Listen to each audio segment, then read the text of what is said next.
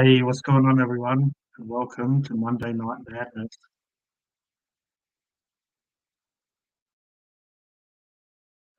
How is everyone going? We have Paul finishing early, finishing first before everyone else, like the gentleman he is.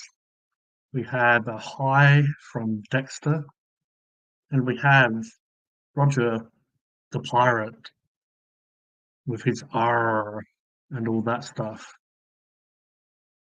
Yeah, how is everyone? How's everyone's Monday been? Did anyone eat some lasagna? Oh, cheers. Yeah, I did record a couple of videos today, but like always, time got away from me, and I, you know, would be still editing now if I wasn't sort of preparing for this. But you know, it is what it is. It's all good. Hopefully, I might be able to finish one of the videos tonight and get it up for tomorrow, giggity, because yeah, I'll be going out tomorrow, so I won't really have time to edit tomorrow. So I might keep this a little bit short and sweet, but we'll see how we go. Like, it won't be like a 5, 6 hour stream, that's for sure. So yeah, I'll probably go for a couple of hours, maybe if a couple of people join us and have a bit of a chat. Um, I will I will try and edit after, but sometimes when I do these streams, just like everyone, you just want to relax or whatever. So we'll see how the night takes us. But hello and welcome. How is everyone? How are you, lovely people? Roger's saying he had a nice day. So that's good to hear. Yeah, I had an okay day. I won't give away too many spoilers, but I ate an interesting item today. I did a bit of a eat the bloody chip. What chip? Do need to get some of those spicy chips, or it's been a while since I have done a bit of a chili challenge. Hey, what's going on, Simon? And check the dumpsters at night while the employees have gone. Take care, Simon, and be safe. And I hope that you find some goodies for you. Wish you all the best. Best of luck. And we have Adam, AJ, JJ, the Alphabet Man in the house. Hello, hello. How are you? Hopefully, last time I spoke to you, I heard from you. You said that you wasn't doing the best. So hopefully, stuff is looking up for you. And yeah, as I've said to you before, I'm here to lend an ear or a headset if you need, or anyone else, because I know what it feels like to feel shitty having. Most people have mental health problems, but I guess I do have a permanent condition, as they call it. Is what is wrote down in the books in the pad. Ah, everyone's just saying hello. When I just see all these messages or comments or chat, whatever's pop up, I'm just especially when Roger's around, he'll be giving everyone their titles as he does. No worries, Simon. All the best, man, and we'll speak to you soon. But yeah, as I was saying, I had a bit of an interest in. I did a little bit of a different video today. I did a comparison of two menu items that, let's just say, are fairly similar but have their differences. So that was it was a little bit different. I still need to edit it and just do what I do and try to make myself seem funny or educated when it comes to doing these videos. That's sort of Funkin' Hungry, obviously. Also, as I've been saying quite a lot, I will be moving these one day to the other channel. So yeah, if you want to head over, they should be pinned at the top of the device you're on, YouTube or whatever. Maybe not on TVs, probably more so phones, tablets, and Panadol and that sort of stuff. But yeah, if you want to head over there and give us some likes and subs and all that stuff, that'd be good because I mean I'll be going there anyway eventually. So even if it's it will still be a small channel, but obviously if you do enjoy whatever this is, it will be over there one day. Because as I've mentioned, it's just becoming more than Funkin' Hungry, really. And when I do videos or lives on Funkin' Hungry in the future, it'll probably be more relevant to the channel. So, if I had to do food challenges or just whatever we do. And yeah, that's why it's a good point that Paul did say eat the chip because that sort of stuff could be fun to do live, which I have. I did do the bloody chip that everyone loves to mention. I did do that on one of my early lives, probably third live. I reckon I had a test live, a first live, and then it probably was the third live. I reckon that I ate the bloody chip, and I had the notorious and the legend Paddy Joe cooking there with me on that video, so it was very funny. Every time I slowed down a little bit, he encouraged me to eat, a little bit more, a little bit faster.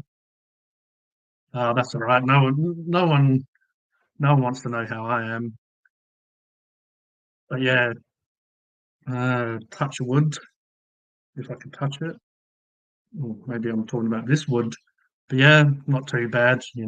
Considering some of the dramas that have been happening lately that I won't even bother to get into. But yeah, yeah, fine, fine, fine. All's fine in the hood. But yeah, as I said, hopefully you're doing good there, AJ.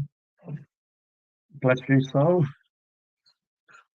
We have Cody. I was apologies. I did sort of jump the gun a bit. I was going to say, oh, he didn't bloody mention me, but guess last but not least. Hell, but yeah, that's it. All I will say is, the stuff that people witnessed last time, I apologize for it. I apologize on my behalf. You know, I don't know how anyone else, and it doesn't, I guess, matter. Considering it's my channels and stuff, I should learn to take stress and annoying situations, whatever you want to call it, a little bit more. You know, be a little bit mindful of my actions a little bit more. And yeah, of course, I'm going to miss people. Of course, I built friendships or whatever with people that possibly I might not see or speak to anymore. But yeah, now the storm's settled down.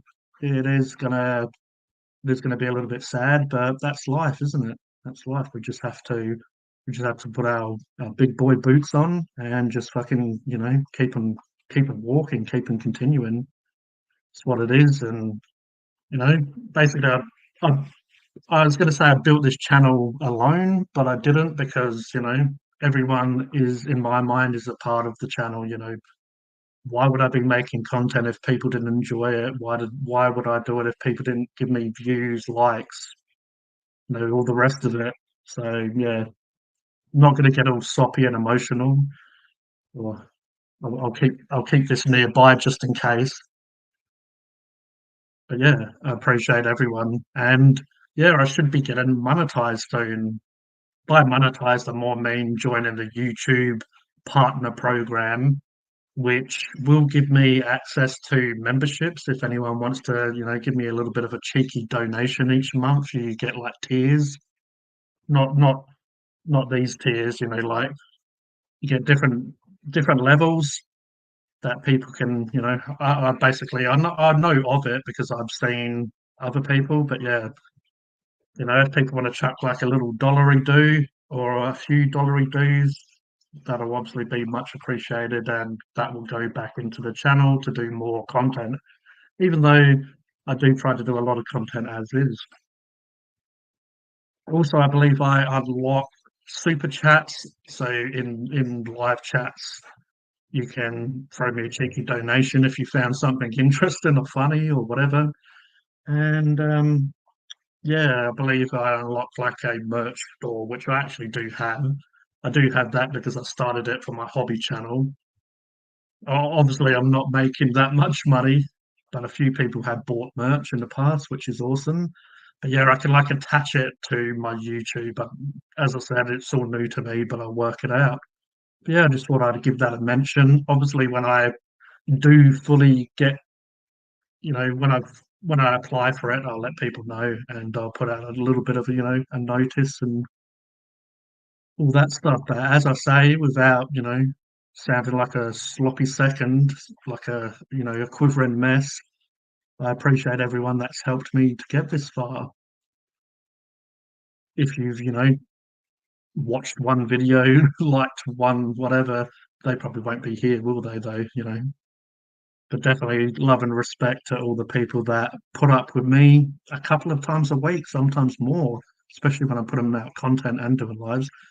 Anyway, Paddy Joe is hilarious. Paddy Joe is an amazing man in my book. He just every time I've had lives with him, just full of laughs. And yeah, I might have to talk to him in the future. I know he's quite a busy man these days, and we've discussed stuff that, for him to put out, he used to put out a lot of videos, but because of work and other stuff, he can only really do one video a week. But obviously, that does take a lot of time, and especially I know what it's like doing cooking videos. It's just, like you say something that would take an hour to cook, it would take a few hours because you're trying to like, document it as you go along, and then you have to edit the video after. So yeah, that's it. He does have a certain something for sure. He does. I think he's just like a lot of people that we sort of, I guess in this community or this little group of people we all know and love. It's like Paddy Joe's just real. His stuff's not necessarily polished, but that's what I enjoy about it. I enjoy the banter, and at the end of the day, even though don't tell him, and he'll deny it anyway. He cooks some bloody good stuff, doesn't he? Some very interesting. He cooks kind of how I do, where you just kind of wing it, or you have a recipe, and if you like last time the Mrs. Rolfus's tuna, he turned that into pies instead of having like the curry version. He put the curry in the pie, of course, and then he just added an onion, and that's just how it is. That's how a lot of people cook, I guess, and that's probably how a lot of us can relate to it. It's not necessarily following like a strict recipe and stuff like that. And I appreciate you, Roger, for liking the stream on Facebook. This is over on Hypersapien on Facebook as well. If anyone on Facebook does want to follow that page, obviously it's just building these different pages and YouTubes. Funkin' Hungry has been the main priority for a while.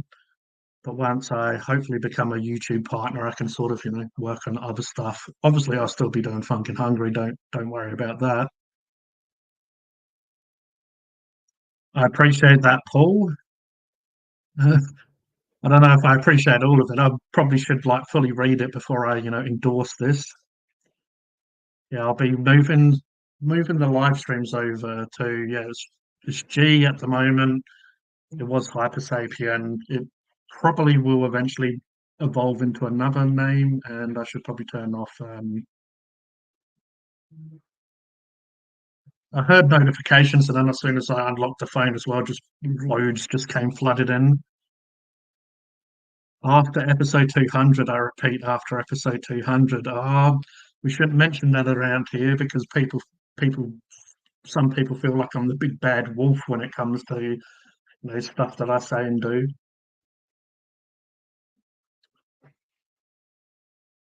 Yes, very, very classic. When it comes oh, what the hell? I just stuff that I say and do. How's this playing? I just locked my phone and turned off notifications. Anyway,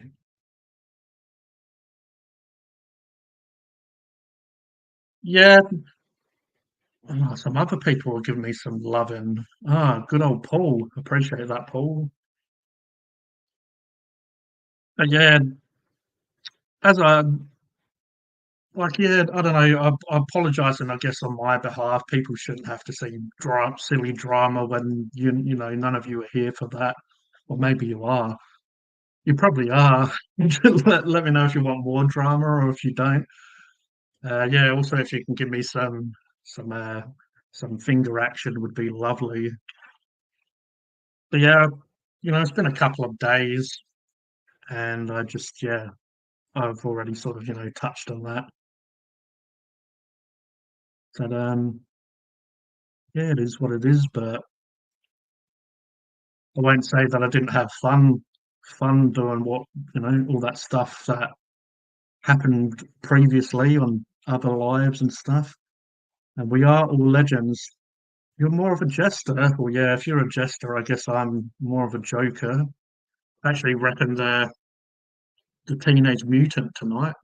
The mutants that are teenagers. You're on the beer already, Roger. Bloody hell. Thought you was going to give that a break. Oh, pretend we didn't see that. Yeah, no, that's fine. You worried that I'm, Batman and I'm going to come and get you. No, if you become from my knowledge, if you become and yeah, I'm just saying this to answer this question. It's just if you do become a YouTube member, I believe you use your account. So the only information that will be shared is your AJJJ and your picture, and just in the membership or members section, it will just have like your little picture or whatever. So it'll just be an A with purple around it. And I have actually started to set up a PayPal that is kind of like a business one, I guess. So it'll just be like, Hyper Sapien or whatever is the name. That is a way if you want to, another way if you want to help out. And by all means, you don't, have to and stuff. But yeah, it shouldn't show any information. It should keep all of your private information private, and then it should just, show whatever you're willing to show, which is your age, AJ. Yeah, I can understand that. A lot of people don't want their information out there, which is fine. I mean, I put myself out there probably too much, but I do know there's a few. There's like guys in the chat and people that watch that obviously use their real names, but everyone has the right to privacy. Even the people that have used their real names on YouTube and stuff, they still have, you know, they should still be left alone and all of that. Kitchen sink cooking. Well, is that what your channel is?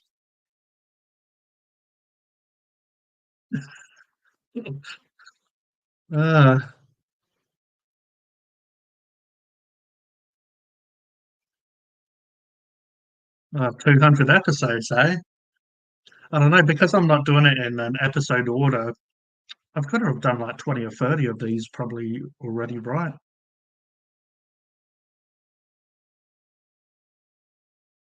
Which one's the naughty boy? Hey, what's going on, Dexter? And hello, Chriso. Welcome and hello. And Sakawa, how are you? How are you guys? I'm more of a sweet guy to the to the women and get along with the guys. I'm still single, which is weird. That is very weird. If any ladies are watching and you're single and you're interested in a certain pirate, let me know. Or, I can pass you on. Pass the parcel, pass the pirate.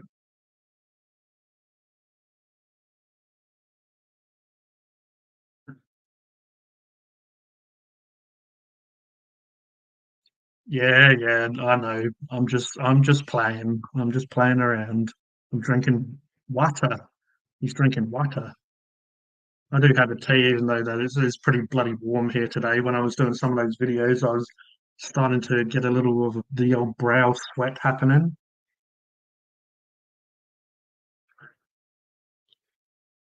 Yeah, I smashed out a couple of videos because I know I'll be a little bit busy this week, so I can edit them when I have time, and you'll be getting at least a couple of videos.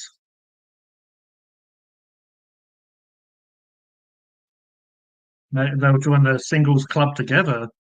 I guess I could even join this club. Let's make a club, the Funkin' Single Club. Oh, well, you're a gentleman, AJ. I appreciate even just, you being a part of these streams and having a chat and getting to know you.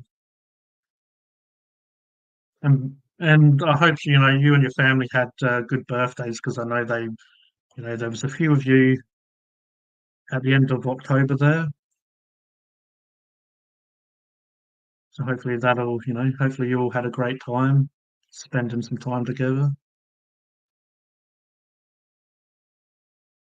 Long walk. Does long walk mean like what I what I'm thinking it means? Well, you actually mean a walk. Oh, that sounds like a lovely walk. I do need to get back into walking. The bloody sciatica has started to fire up a little bit again, which is annoying. I might not I might not bother with the chiropractor because it seems like short term, not long term. He did give me a few like exercises or whatever, a few routines and stuff I can do, but Paul's smashing it. Well done, Paul. Yeah, when I don't walk for a while, you definitely sort of get cramps or just definitely feel it a bit until you get in the routine.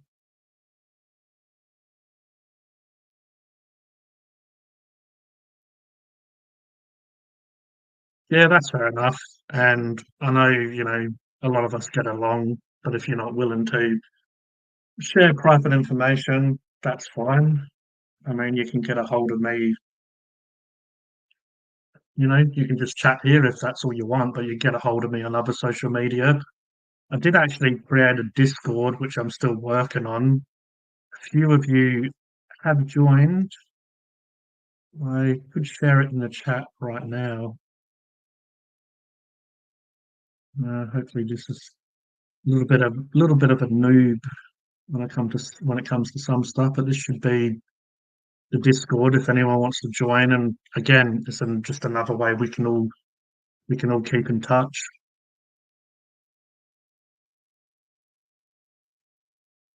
Yeah, it definitely does. And if they like it, they can put a ring on it, right?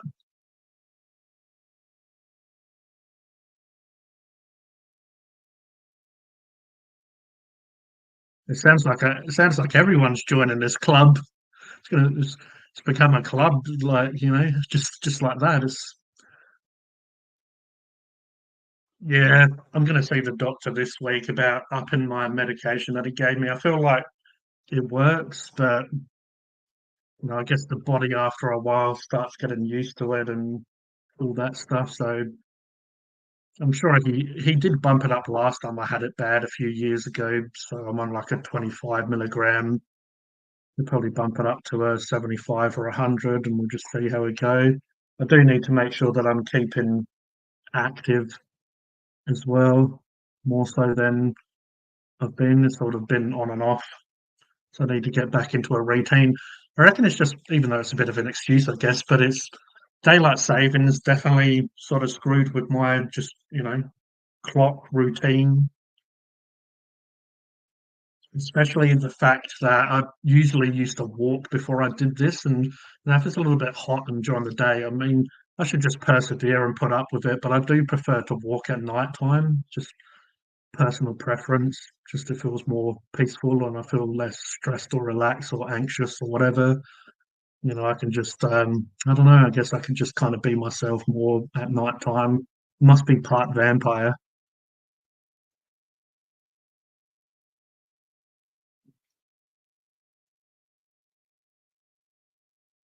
Could be single guys YouTube club, but we like to be a little bit funky and weird around here.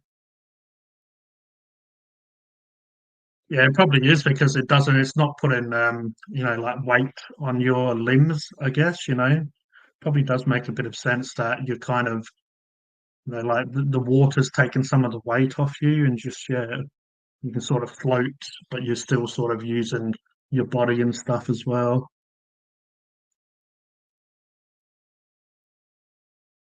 Just, sometimes when you just, yeah, I need to get to a routine again. It's like when you get a little bit busy or your routine goes a little bit off balance, it's sometimes hard to get back to it. But I do have as I said, the chiropractor did give me some sciatic. There's one that's called like sciatic nerve flossing, where you floss the sciatic nerve.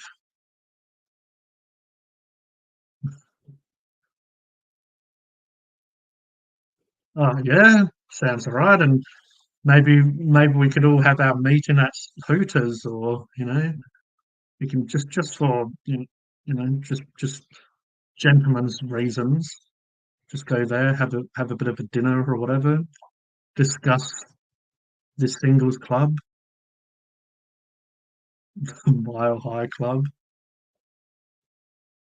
Yeah, a lot of doctors. Well, my doctor's a little bit funny when it comes to certain stuff. Like when I had really bad sciatica, he didn't want to give me sleeping pills for it. Maybe I should have just seen a different doctor. But he's not a terrible doctor, but he's just not what, which is probably good in a way. But he's not one just to throw out drugs willy nilly. I am on Lyrica, which has a few different uses. I have spoke to Mrs. Austin about this, and she was telling me about people that use it for different stuff. But yeah, I'm using it for nerve sort of like to words. I don't know what words are, just to help with the nerve pain. So I guess it's some sort of pain relief for nerves because I get on everyone's nerves. Oh yeah, I'm surprised. I'm surprised you guys haven't found anyone. No, if I batted the other way, maybe I'd even look. Maybe I'd even look twice. But yeah, you guys are lovely people. So it's just the world we live in, this online stuff. Like when you go out and about, most people want to avoid everyone. People don't really want to communicate and have conversations and stuff like that, like back in the day. And then online, anyone can be anybody they want online. You know, anyone can sort of make up a bunch of bullshit online. Yeah, we'll see what the old doctor says. We'll see what he has to say, and might ask him if what's this? This dog's just chewing his claws. That tastes good, does it? But yeah, we'll see what he says. I've kind of almost made the decision in my head I might stop the Cairo because I do actually have problems with my feet as well. I've gone over this. I've damaged one of my feet and it still isn't perfect. So might be more ideal to see like a person that is an expert in feet.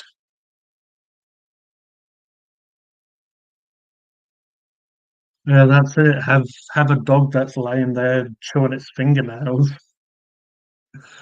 It's far easier than a partner for sure. Besides, he did do what he normally likes to do now, where I let him out a few times, leading up to 7 o'clock, which I start about 7:30 here, normally a bit later on the Saturday.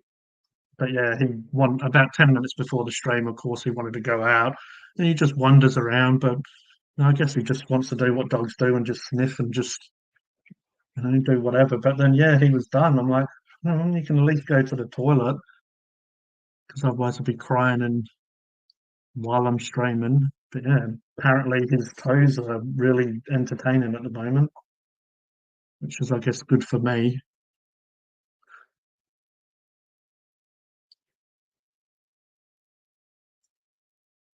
Yeah, that's it.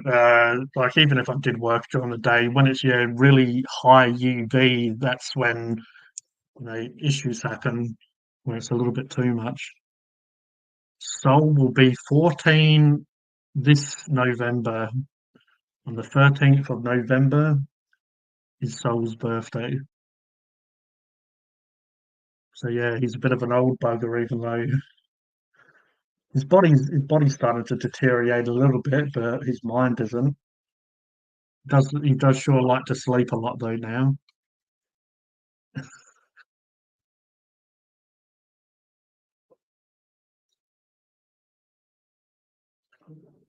Yeah, it's definitely a little bit warm here with all these lights on, that's for sure. Yeah, that's it. Definitely would be lost without him, especially when mental health started happening for me, like in my 20s, and like I wasn't want anxiety or whatever. I wasn't wanting to go out as much, and started losing friends because they're too busy just doing what people do, go to clubs and all that stuff. So yeah, he definitely has helped a lot. And when I have those really bad days, I don't really get them now. But when I started getting depressed, it was just learning about it. But then I went through a stage there when the black cloud or whatever is really really there and doesn't want to go, and just difficult to have phone conversations, difficult even to want to get up and like even drink, eat and stuff. And when you've got a dog, especially when he was younger, obviously he wants a lot more playing around, throwing around the ball and all the rest of it. And he was a lot more active when he was younger. Like these days, sometimes he's a bad influence these days because he's sleeping. I'm like, oh, that looks good. I might join you. But yeah, like basically it just helps me to keep to a routine, have something that I can put my mind like just he relies on me, so it gives me a bit of a purpose or whatever in life. Gives me a reason. Like even when sometimes it could be a little bit annoying, where he when I was really depressed, when I was feeling really shit, you're like, oh, I don't want to get up, don't want to do this, don't want to shower, don't want to eat, don't want to whatever. And then he's sort of like, yeah, I need to go. So you need to do what you need to do and need to get up and make sure that he's fed and the rest of it, make sure that he's okay. And then I guess it kind of pushes me to, eat and do the rest of it.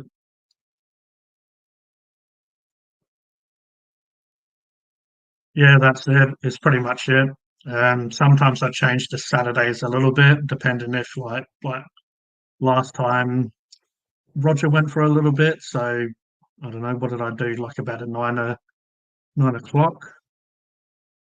But yeah, when it comes to up late, obviously it's going to be sort of in the evening, a little bit later. Yeah, that's it. Sometimes how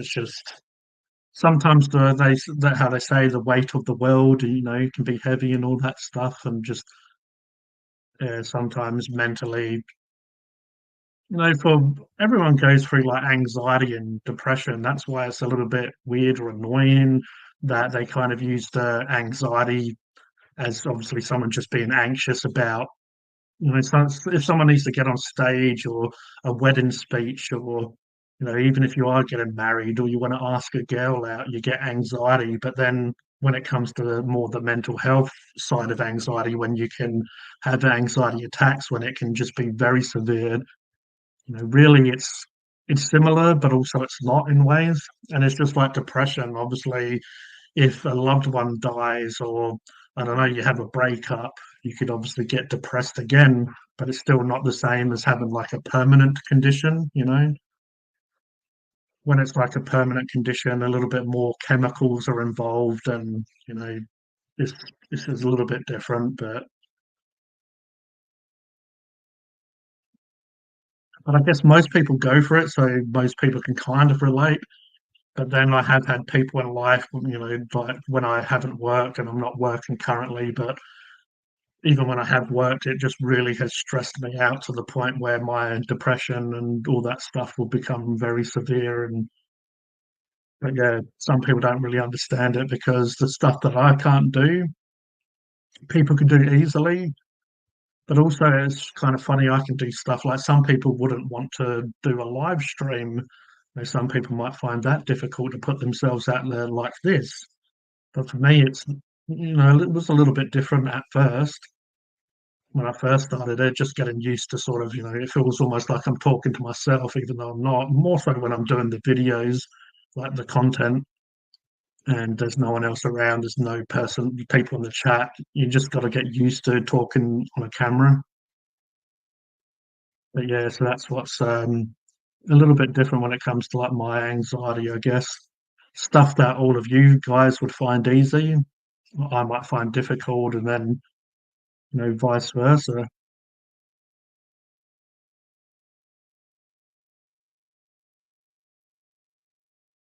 All these different time zones do make it, I guess, a little bit confusing. That's why I do try to put the schedule for these live streams out there fairly quickly. I believe though, an issue.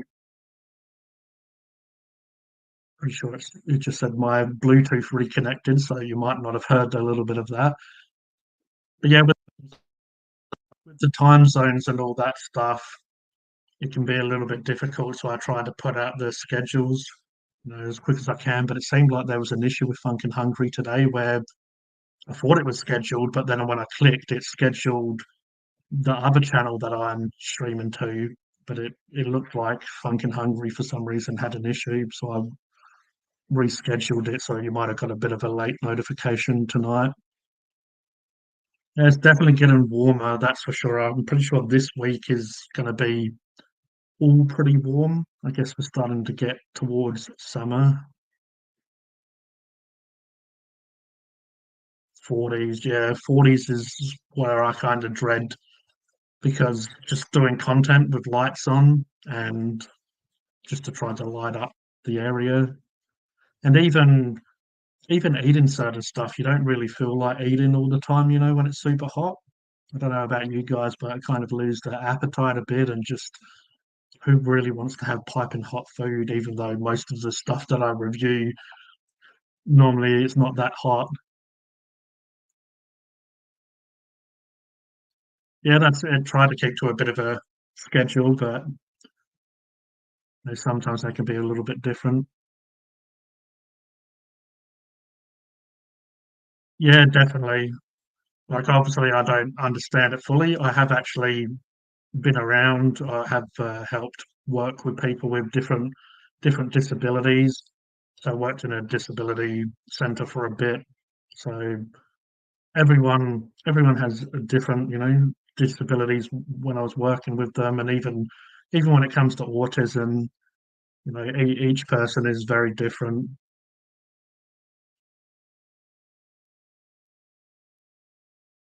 Yeah,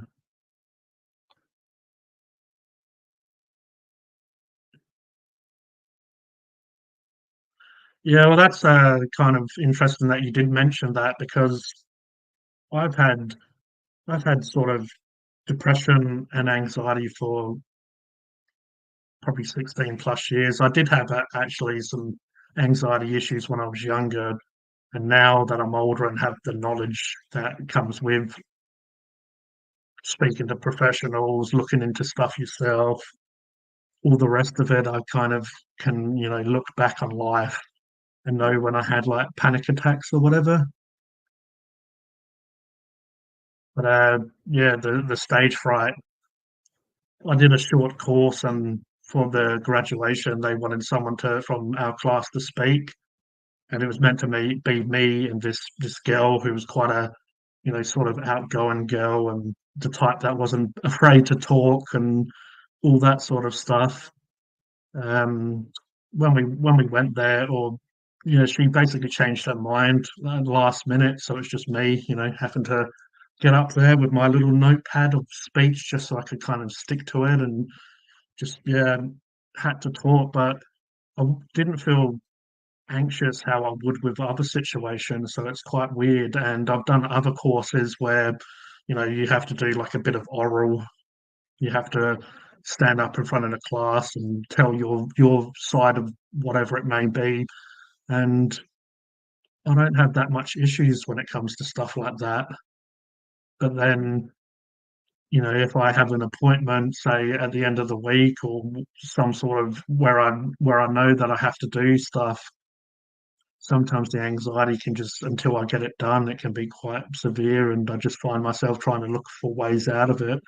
These days, I just push myself a lot though to try to, like if the mind's telling you no and you're trying to look for excuses, most of the time I try to push myself as much as I can to do that. It's just a way to get out of your comfort zone and do stuff that is very difficult, you know. Like I guess you feel like you've accomplished stuff if you do stuff that your brain's telling you no, no, like you can cancel, you can rearrange, and also it's just kind of when you put stuff off, it does make it worse in a way because say if you push it even a few days, like I can't do it today, I'll do it tomorrow or the next day.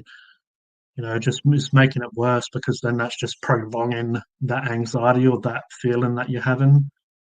So yeah, it's like when in front of a class, a lot of times I ask to go, or when they say, "Oh, who wants to talk first?" A lot of times I'll just jump up and do it because then you don't really have much time to be anxious and stuff like that. You still get nervous, which is obviously different than anxious. You still get a little bit nervous, like just, oh, am I going to speak clearly? Am I going to, keep on task? Am I going to fumble or whatever? But then, that's a part of being humans. When it comes to some stuff, when it comes to speech and stuff, we don't have all this time to prepare. It's not like a wedding speech where you have, you know, how many amount of days to practice and or an actor that might be doing a movie role and you have all this time to prepare.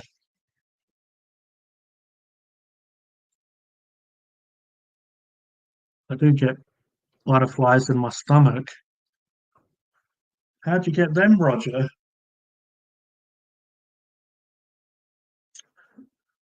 See, that's me. I can't help but sometimes take the piss, and I think some people don't like that. But anyway, very I go live, but I managed to get through the nerves. Yeah, you're doing very good when it comes to lives, and especially the ones that you do with me. We just have a chat, and it's always great just to have a chat with you and speak to everyone that's in the chat. But yeah, you've done a great job on your live the other day. You should be very proud of yourself, and just doing more of them, you'll just feel more comfortable. But even Mark did a live last night on his channel, and he did a great job. He joins in a lot of my lives and other people's lives, so you can tell he's picked up on what he's doing. He knows the StreamYard app, even though he was having a few issues with sharing stuff for some reason, the audio was mucking up.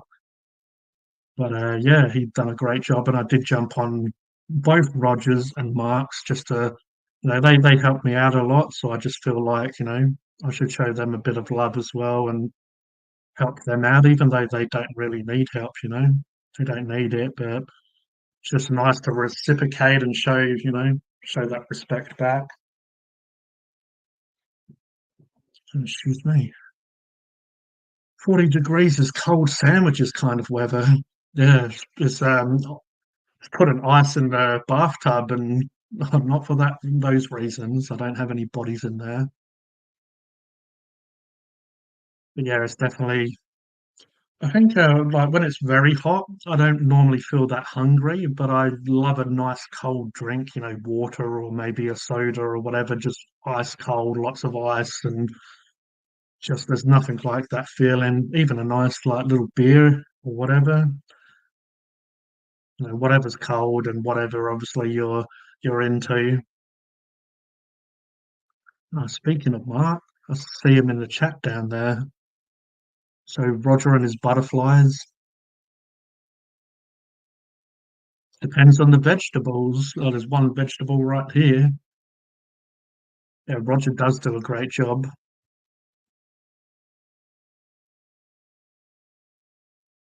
And yeah, hello Mark. You can see Mark in the chat here, and you could notice that he's changed his YouTube name, which has a nice little ring to it. But yeah, this is Mark. If you want to check out his channel, Mark Shed Talk.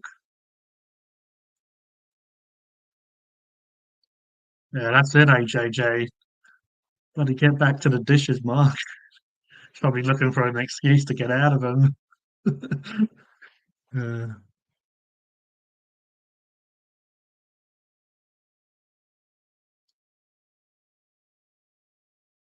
yeah, that's it. You would have assumed that in that huge high tech spaceship that he's in, you would have thought he would have a dishwasher and well, he'd probably be eating those little tubes of like astronaut food or whatever. You know how they got like ice cream, but it comes out like toothpaste or whatever. Oh, well, I appreciate that there, Roger, the pirate. That is nice. The weird thing is, I mean, I'll have it, but ice cream I feel like is much nicer in colder weather. Possibly that's because I was raised in England and we would still have ice cream. You'd still have slush puppies. Remember slush puppies? Those icy drinks with a little bit of flavored syrup in them. You know, so it could be cold as balls out there, and you're still sipping on your little ice cold drink. But yeah, iced coffee with ice cream is nice. You know, once it sort of melts together a little bit. Chocolate and vanilla, eh? Mm. Who used to have the Neapolitan and who used to like did you used to eat them separately or did you just like mix them into one big paste and just eat them once they're all like, mixed together? Yeah, I haven't had it in years, but I do remember it being tasty, Cody. Yeah, that's it. With all the droids and all the adult magazines that he's got stashed away in his spaceship, he doesn't have room for a bloody dishwasher. It depends on the size of the craft there, AJJ.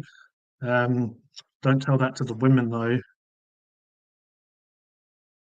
Yeah, I remember it as well. I'm pretty sure it's still around. I'm pretty sure we spoke about this on another stream once, and I looked it up on the old Google. I'm pretty sure it's still around, but I guess when you become a mature adult, you don't go down the ice cream section, topping section, looking at them. Yeah, I just don't eat ice cream that much unless I'm doing reviews, really. I did get into Ben and Jerry's for a little bit there, and I did get into Jalista. Is this South Australian brand? I reviewed their pineapple, bloody. That's probably Roger's influence. Peanut butter and chocolate, and it's got like it's peanut butter and chocolate ice cream, and then it's all like sort of swirled together. It's absolute beautiful though. It's a little bit more of a premium item. It's like just very lovely ice cream. So yeah, obviously you pay for quality, and I do like to support local. But I had the chocolate one. Then when I got the peanut butter one, I reviewed it on Funk and Hungry, and then because when I review most companies, especially the small ones on like Instagram, when I share it in the stories, I tag them or whatever. All right, take care, AJ, man. Appreciate you jumping on and having a chat. Take care, and if we don't see you later on, we'll speak to you soon. Yeah, Jalista liked my review, so they let me be a part of their last year spring promotion. They had sorbet, mango, and passion fruit sorbet, which was lovely, and I did really enjoy it. And it was definitely refreshing. And we're talking about summer items, or that would definitely cool you off. But I am a little bit more of an ice cream fan than a sorbet fan. Yeah, that's it. Give it a bit of merge the flavors, mix them up. Golden North is the best supermarket ice cream. Yeah, I haven't had that in bloody forever. I'm pretty sure I reckon in Semaphore near the beach, I've seen stores that actually stock that. There's a few good ice cream places around here, Copenhagen, and I think they're 41 flavors or 51 flavors or whatever. as I say, I don't really grab it too often. But like we're saying, sometimes when it's hot, see if it was like 40 degrees, probably wouldn't even bother because you just gonna melt really quickly. But when it's a little bit more, 20s, early 30s, a little ice cream, especially if you're at the beach, just ice cream's nice. You can just walk around with it, you can just grab it and go on your little walk. Yeah, spoke for like 15 minutes about ice cream. It seems like.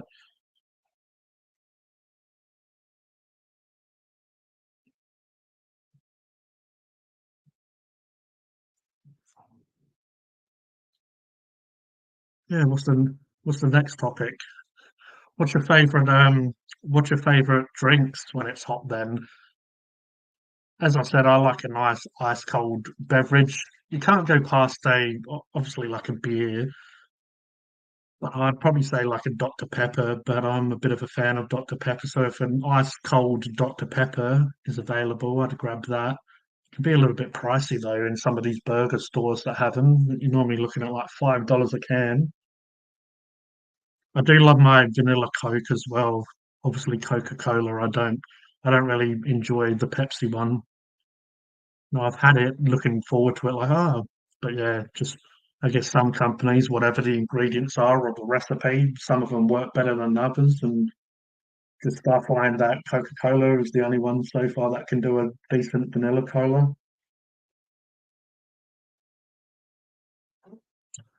When I was a kid, but it's not available anymore from what I know. I had Dairy Bell's Nuts About Chocolate Ice Cream, best chocolate ice cream I've had. Might have to pull out the old walkie-talkie stick. I might have to give that a bit of a typeroo and see. Oh, Mark sent me a picture of the forbidden chicken tenders. I shared that on Funkin' Hungry recently. I will I will show the forbidden chicken tenders, free range. The old bin chicken. Everyone in Australia knows the old bin chicken.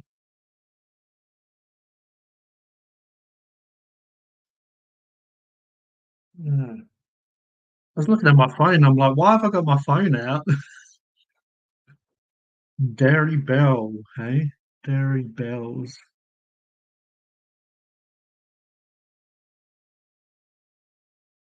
Doesn't look doesn't look like it's happening. What's Angus sharing? Dairy Bells, nuts about chocolate.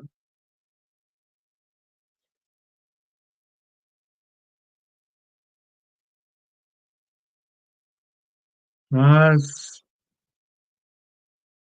not looking too good. Going to shopping, it's not coming up.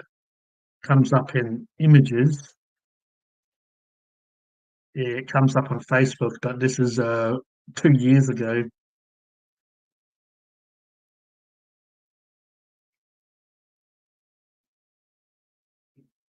Hmm,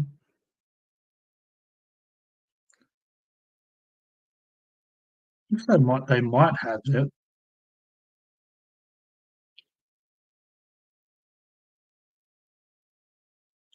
It's just there's this page that it shows the stuff, but I'm not seeing where I can buy it or whatever. Yeah, it's on this website. It's got vegan, bloody vegan. And the old Roger remembers Dairy Bells, and yeah, hello Angus, and hello Becky, and I appreciate all the people giving the likes. Appreciate it for sure. So we have one on Hyper Sapien. I believe that would be good old Angus here that I've known for a little bit there. Yeah, appreciate it, Angus. Cheers. Yeah, bloody definitely a little bit getting a little bit warm in here. I'm gonna check the temperature or whatever. This is how entertaining we are around here. Well, it's definitely gonna be hot this week. Bloody hell. I knew it was gonna be hot, but it's 28, 27, 26, 30, 34, 24, 22. So yeah, that's gonna be fun. I guess fun in the sun, hey? When I lived in SA, they didn't have the ice cream anywhere, so I had to drive to Drake's in another town 10 minutes to get it. A whole 10 minutes. A whole 10 bloody minutes. Bloody how long did that take you? Oh, yeah, that's right, 10 minutes.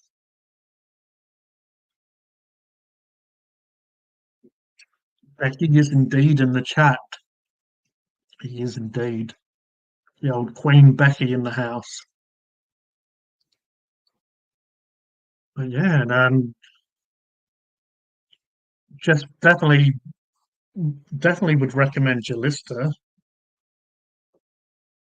because that's some top food. I need to try some more of that other ones. I guess as it gets a little bit hotter, maybe I might do some reviews of ice cream.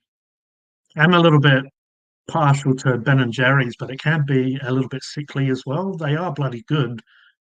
You know, sometimes there's like a little bit too much going in there. So good old Angus is telling us it's currently -1 with high topping of at 11 at some point this week. Ah, there you go. So yeah, so you obviously you're getting into the cooler temperatures. We're getting into those scorching temperatures. So yeah, very different. I kind of like the cold though. I'm a little bit weird where sometimes I still have a fan on when it's cold and just I don't know, enjoy it. Enjoy it. I don't mind when the temperature's hot, but when it's just stupidly hot where you don't even want to go out in the sun because just the heat hits you and you just, it's quite unpleasant. There are some people that claim they like that sort of heat, but I'm not sure if I believe them.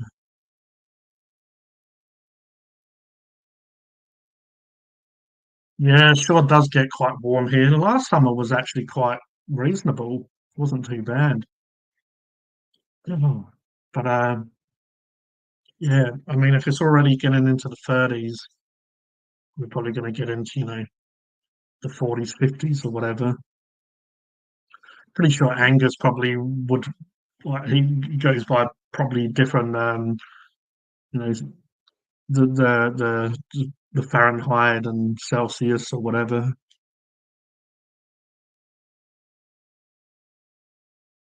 Heat I can at times deal with. Uh, yeah, I mean, humidity, when I walk in evenings when it's sort of summer or whatever, the humidity, because, yeah, I mean, sometimes we get humidity when it's winter, so then you get rain, then it's humid, and yeah, it's like you don't almost know if it's because of the rain that it's making you sweat because of the heat and the humidity, but then also like it's a little bit like raining and stuff, and it's just a very weird feeling. Be very strange.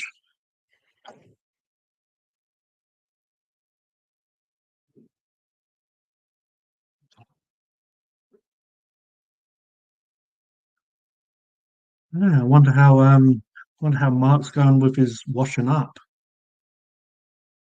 Uzbekistan, Atlanta, Georgia.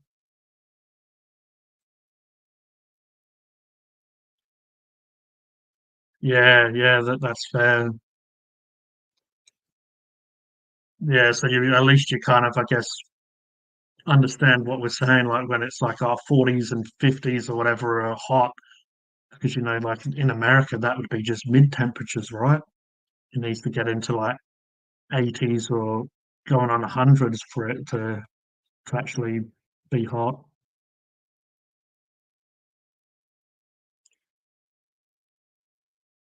What do you prefer, Cody? I guess you know, yeah, I guess I probably prefer dry heat.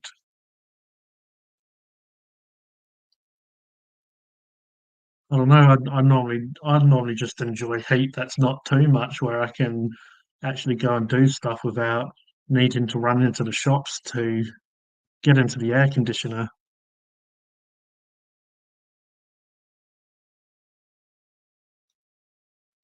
Yeah.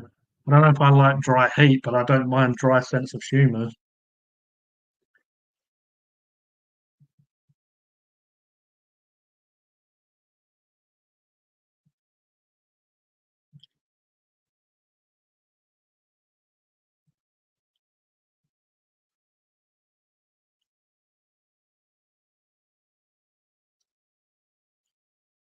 So Cody lives in the dry heat, which he prefers.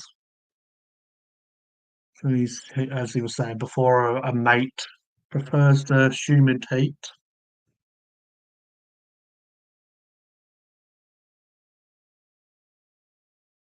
Yeah, I mean, we can.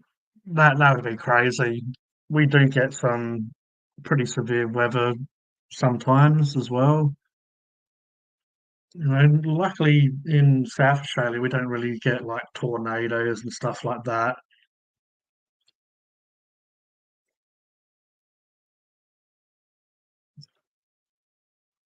But yeah, we can get some severe bloody wind, which can like knock down trees and stuff like that. But there are some of that sort of weather conditions in some parts of Australia. Lucky South Australia isn't too bad when it comes to earthquakes, and we do get some of the bloody fires, bushfires happening. I reckon a lot of times though they're made by you know idiots that blame mental health for the reason for lighting them. So I don't know. Like, yeah, obviously everyone suffers for different mental health, but can you really blame that for like wanting to put other people's lives in danger and nature and animals just because you're having a bad day? I know when it comes to mental health, it can be a lot more severe than just having a shitty day. It could be, problems in your brain with your brain chemicals and just getting you to react a certain way. But still, if you are that severe, then you should be in some sort of facility. You should have a support worker, a carer. If you're that bad, put yourself into some sort of facility where professionals can look after you, not put yourself. And then I do know the system can be a little bit difficult at times where there might not be places available for everyone, or you might have to jump through hoops to get into certain places. But I'd say these days there's a lot more places that people can go if they're struggling. You know? But yeah, it's just a shame to put other lives and nature and in danger. And yeah, those firefighters work bloody hard. Like, we're talking about how hot it is and weather conditions. Imagine working in that severe heat, having all that gear on, trying to put out fires, so the temperature's going to be even more hot. So, I have mentioned it in the past before, but they're the real heroes. People that do that, paramedics and firefighters and stuff that work just so we can sort of, to try to stop it from getting towards us and to get out of hand. So I would love to volunteer and help, but yeah, I just guess a little bit pansy when it comes to heat. Uh, maybe in some of those other conditions we were talking about, a little bit cooler might not be too bad. Mm,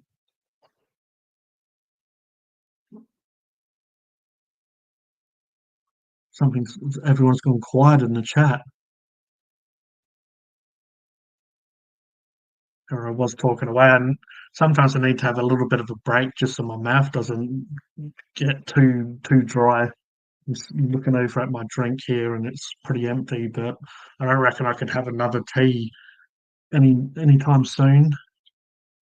It's got a little bit warm in here. Normally, I have the fan on. Yeah, no worries, Mark. I might put the fan a little bit on and let me know if it's too loud in the background. I'm gonna go into my settings and have a look at my audio. Looks like it's not really affecting it too much, but yeah, let me know if it gets too annoying for background. Looking at the audio though, but it doesn't look like it's really affecting it. Yeah, appreciate that, Roger. I'd love if you're enjoying the stream, chuck up a like would be awesome. I know a few of you guys have done that on Facebook, and yeah, I appreciate that. Don't even know how the algorithm really works these days. Dislikes really help and stuff these days. I don't know, especially when it comes to YouTube stuff. You know, it changes all the time of what works and what doesn't. Sometimes it's views, sometimes it's sub count, sometimes it's likes of what pushes the videos and the content. Oh, it does feel a little bit more nice with just the low setting of the fan on though. It's just a slight little bit of cool breeze coming in here. Better to get the likes than not. Yeah, for sure. I mean, it just shows it's just like a nice little way of showing appreciation. And yeah, I appreciate people liking it. It lets me know. It lets me know if people are enjoying the conversation and the content. But yeah, as a lot of people know, and some people watching may be new to here, but we just sort of on a lot of these lives, we just have a bit of a chat about whatever, like we're doing tonight. It can just go from one topic to the other, which is what I kind of like. I like to involve everyone in the chat, and people have questions, I can answer them to the best of my ability, and people can have their say as well. And I'll sort of, highlight or just, you know, show appreciation to the people that are joining in. But everyone knows that I do have Funk and Hungry if you're into food content. I have G the Hyper Sapien if you're into miniature painting and stuff like that. I do need to do a couple more videos on G the Hyper Sapien. It's been quite a few weeks. Do need to get another painting video out, and just I've got a few kits to review just to put out a bit of content so people know that I'm actually still making stuff on that channel. So Angus is telling us he just happened to wake up, cranked up the computer, and poof, you were live streaming.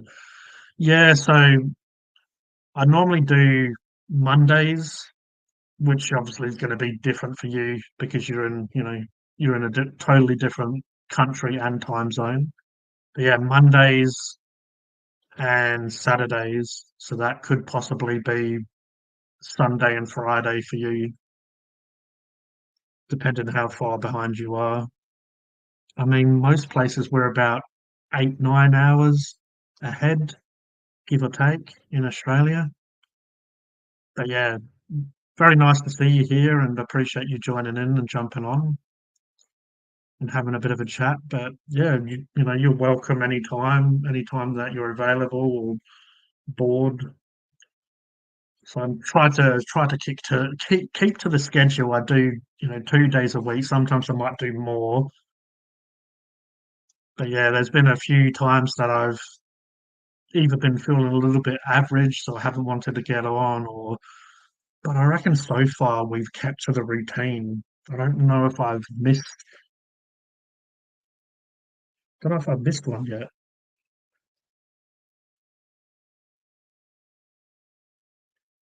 I'll be back in a short second.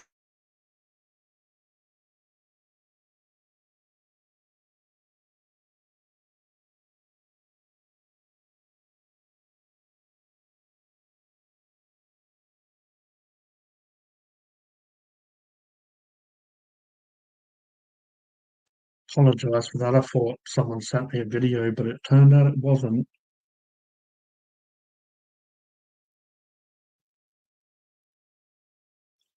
How professional am I looking at this device?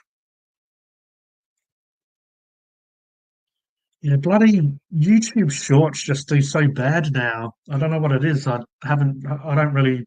I know sometimes days come into it and times come into it, but it just seems like they don't do that much anymore. But yeah, I did spend a bit of today on TikTok, Instagram, and YouTube Shorts, just freeing up a bit of memory, just compacting the full videos I do into, like minute videos and just putting them out on social media just to sort of spread the love, I guess, just to I condensed a lot of it, but then tried to leave a few of the jokes in there. So, like sometimes it's joke after joke, and then like me just eating food and then like having a bit of commentary about it. Yeah, well, that's what I thought. They used to. I mean, it's still a fairly small channel, so it's nothing crazy, but it definitely get into like the 1,000, 2,000, some of them. And now, like a lot of mine are struggling to even get 100 views. So I need to, I guess.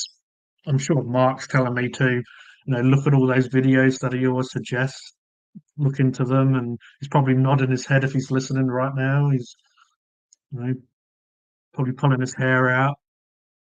Yeah, obviously I need to do a bit of research and see what the hell's happening. And funny enough, on TikTok they've been doing a bit better. I get the hundreds of views quite easily there. They just build up quite quickly. And Instagram as well, I found have been doing pretty crap for their rules or whatever they call them. Just don't know what it is. I think Roger did make a bit of a good point there, though. Like maybe you need to do more. So some of these channels or some of the Instagram pages that just do really well, obviously they're putting out a few a day. So if they're putting out a few a day, they're just building that audience. People are eventually following them and stuff like that. I do have probably week gaps, maybe a couple of week gaps sometimes, and I'm sure it's not really good for the algorithm. I'm sure it's just all of the people that are active and constantly doing content on that. But yeah, sort of Funk and Hungry at the moment. The YouTube page is sort of the main place that I'm putting stuff out, really, which isn't really a problem. But yeah, that's where I interact with most people. Yeah,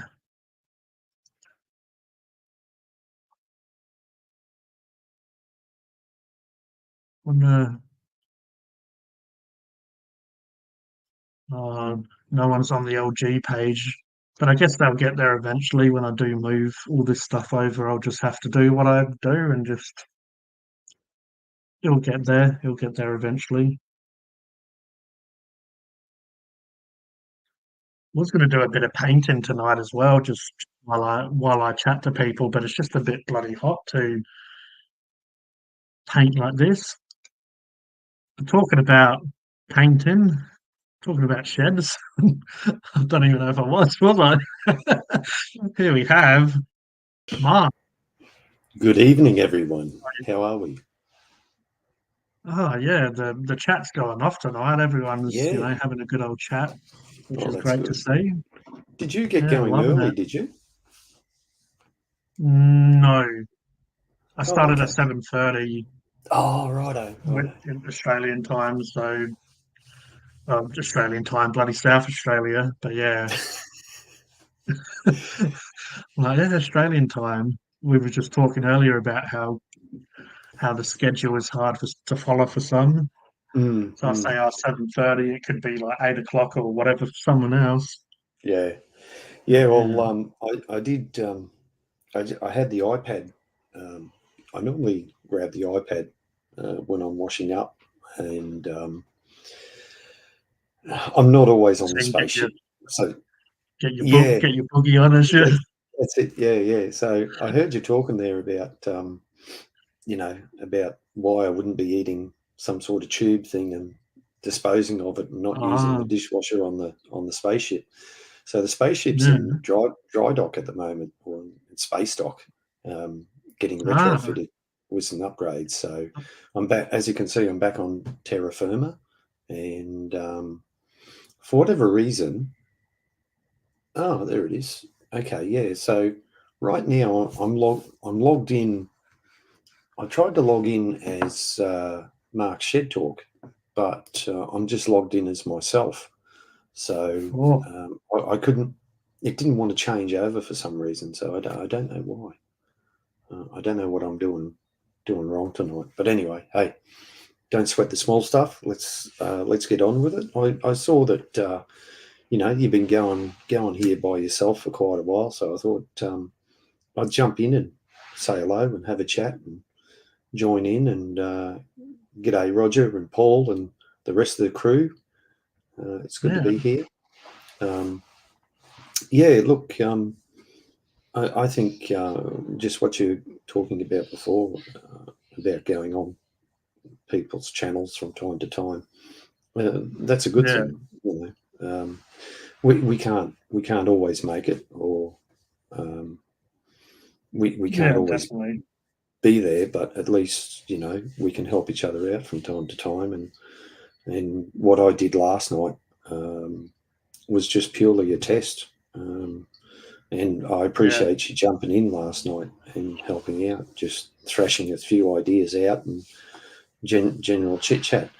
I've been looking today. I've looked a bit more on this that other platform, that Restream, and that looks pretty inviting. It's very similar to StreamYard, and the free version will actually let you stream to 2 other different platforms, where StreamYard on the free version only lets you do one platform, so like YouTube.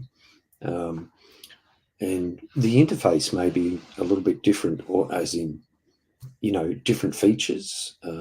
It's probably all the same, but it looks, so the next time I do a live stream, I might give that a go and just have a play with it.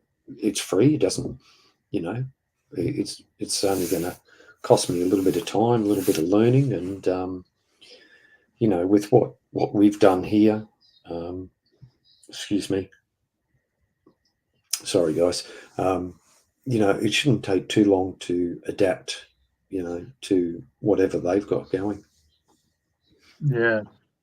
I thought it was really decent that it's like unlimited hours as well. You only get 20 hours on a StreamYard, which is enough if you're only doing a few, say like one stream or a couple of hours a week or whatever, that's fine. But when I was doing a little bit more and I wanted to try and get my watch hours up, which I've successfully done by, doing more streams. But yeah, I might even try it one day during the week. Just maybe do an hour or like a little stream, maybe just to try the platform out. Because I'm pretty sure the first one tier that you pay for, I'm pretty sure it was cheaper than StreamYard as well. I believe it lets you stream on Facebook, the first one that you pay for, and so I'm just looking it up now. Actually, let's do a screen share. How about we do that? Sure. Because I do know Roger and maybe even Cody and some other people possibly might be interested in this, because it's another platform. A lot of us do use StreamYard, and I will do a full screen for the minute. Yeah, I'll zoom in a bit to see if that. Yeah, it's been 16 for the first level. I believe StreamYards is about 20. Yeah, so it's only a few dollars, but that few dollars could help. Hang on, what's going on here? Come on, slow down. I think I must have hit it too many times. Here we go. Enhance. It's listening to you. That's the only down. G'day, Paul. The only downside is that hopefully everyone can see this. But as G was saying, so the free version, you got 2-channel multi-streaming, 30 plus free platforms, restream branding, 6 on-screen guests, basic graphics, and stream in 720p. 15-minute upload, store 1 video, 250 megabyte per video. But if you're uploading to YouTube or a Facebook group, it wouldn't, it wouldn't really matter that much. So the $16 per month, so they bill you $190 yearly, right? So you're saving $38 a year, but if you just do monthly, it's $19 monthly, right? Okay. So that's what it says in that second tier. I know it's a little bit blurry, and I'm a bit disappointed. It really shouldn't be, but it is. So you got 5-channel multi-streaming, Facebook pages and groups. Remove the branding, 10 on-screen guests, custom graphics, 720 HD, 720p HD. So that in this day and age, to me, 720 would have to be the minimum. Because as I was watching one of the videos today, if you stream to Facebook, it's only it won't go any higher than 720, which is a real shame, really. And it gets frustrating because some of the videos I watch, you go onto Facebook and it's just in standard definition, and you actually got to go in there and change it into high definition, and then watch it. It's a real pain in the ass. So I think I think Twitter's or X is going to be really good. They're making improvements to it all the time, and I just think that Elon is encouraging people to be citizen journalists, to report things as they see, but you could also use it to stream whatever content you want, because there's people on Twitter or X who cover all sorts of topics. So you're not really limited in any way. So for some people, I think Twitter could be a good platform too. Now, if you go to the professional side of things, $41 a month. 8-channel multi-stream, Facebook pages, groups, remove the branding, 10 on-screen guests, custom graphics. So I don't know what the custom graphics are.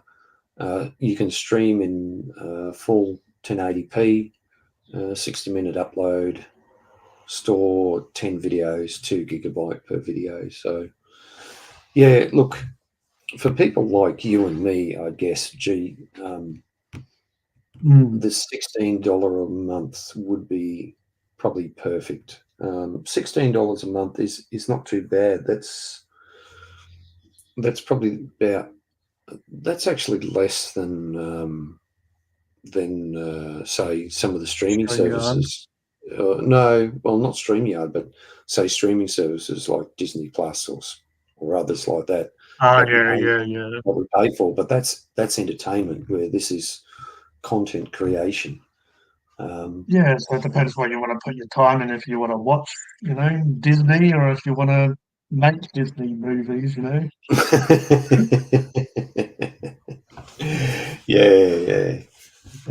Make the live action Bambi.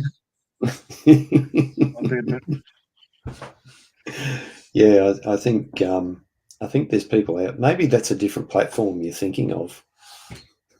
That you can do that sort of thing on. I think it's called Bambi Fans or something like that. I'd like that life, but for people that are into Bambi.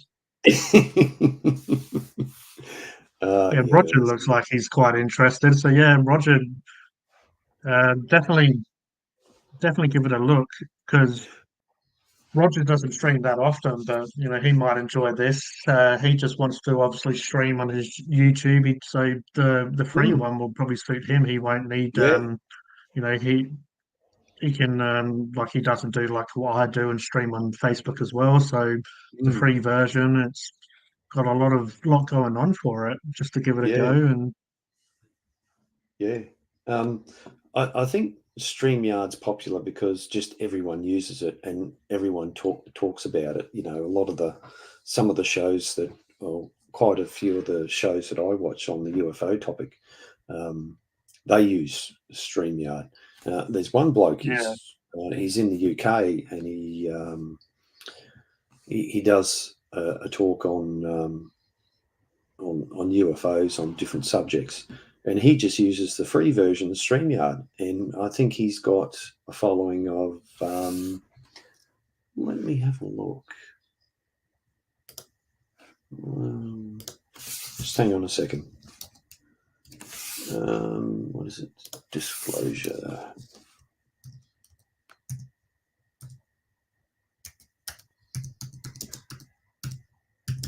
He calls himself Disclosure Team, right? And he's got there he is there. He's got 12.7 subs in terms of yeah. 12,000 subs, and he just uses the free version of StreamYard when he does his interviews with his guests, and you can see clearly. Okay, so I'm guessing he's not using it that often. Like No, he goes. how many hours? Probably is it like about an hour long interviews? Yeah, he's got 175 videos, and most of his interviews are about an hour. Yeah, maybe a little bit longer. He Yeah. doesn't go. Yeah, it's about just over an hour. So sometimes they're a little bit If you shorter. prob- So if he's using the free version, it gives you 20 hours. So he's probably, able to fit maybe 19 videos in that. If there's a little bit of excess after some of the videos would add up to possibly the last hour, or maybe 18 videos, 18 hours Yeah. with a little bit of extra room to wiggle in. So Mm.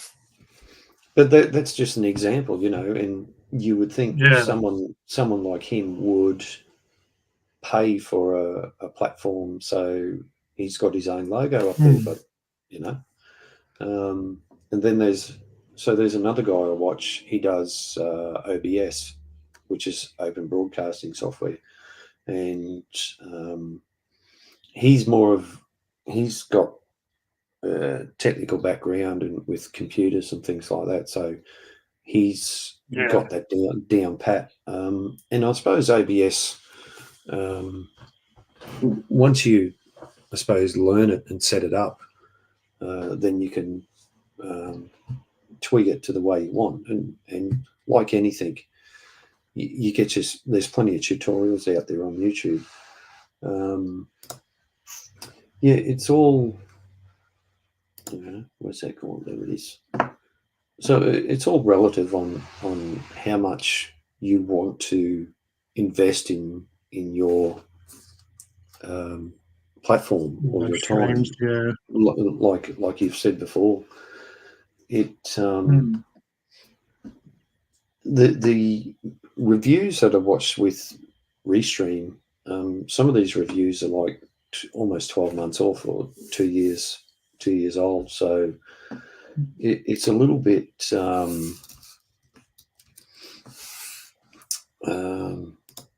outdated when it comes to people's yeah, information about it. yeah. Um,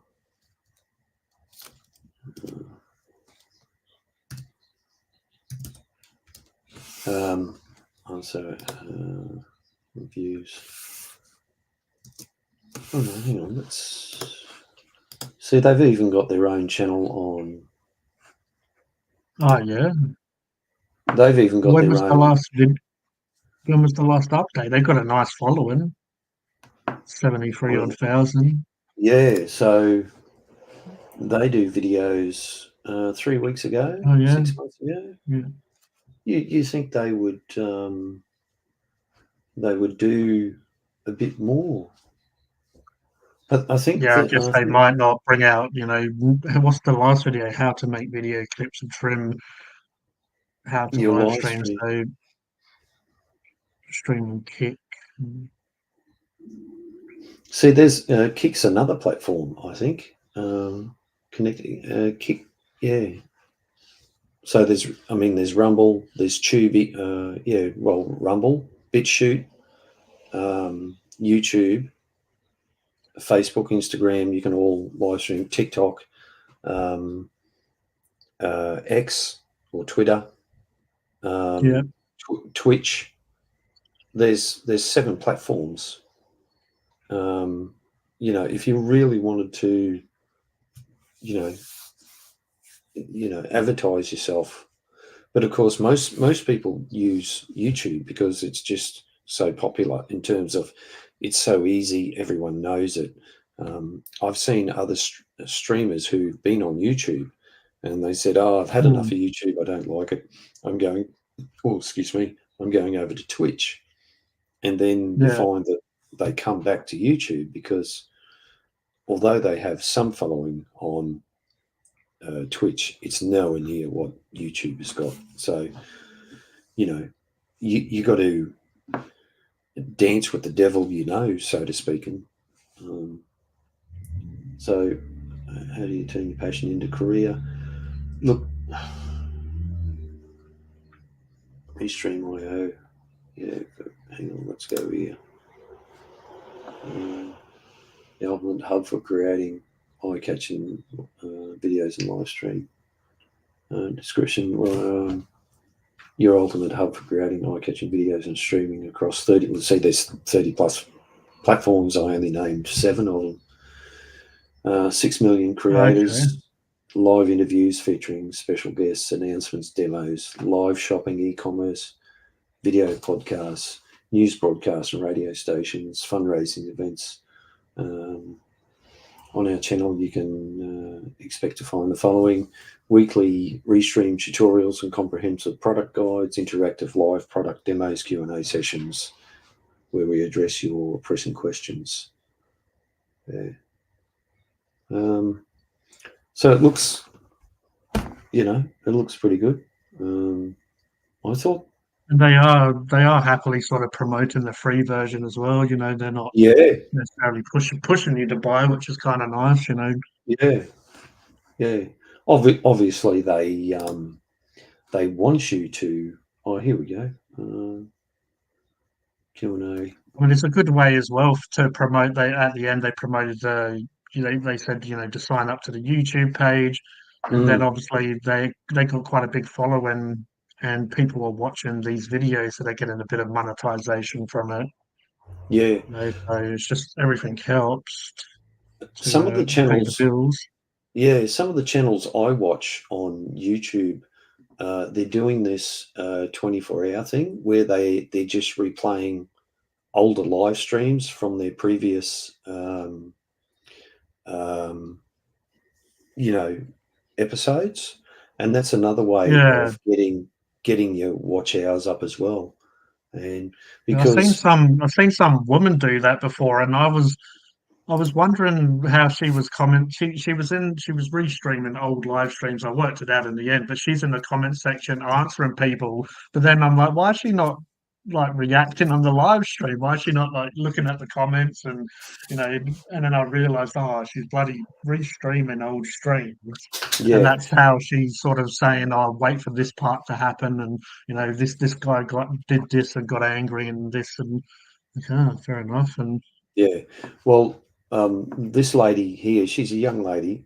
She's still in college, yeah, and she does it pretty well all out of her college basement. She was the one I stole the idea off of using the spaceship background overlooking Earth. okay.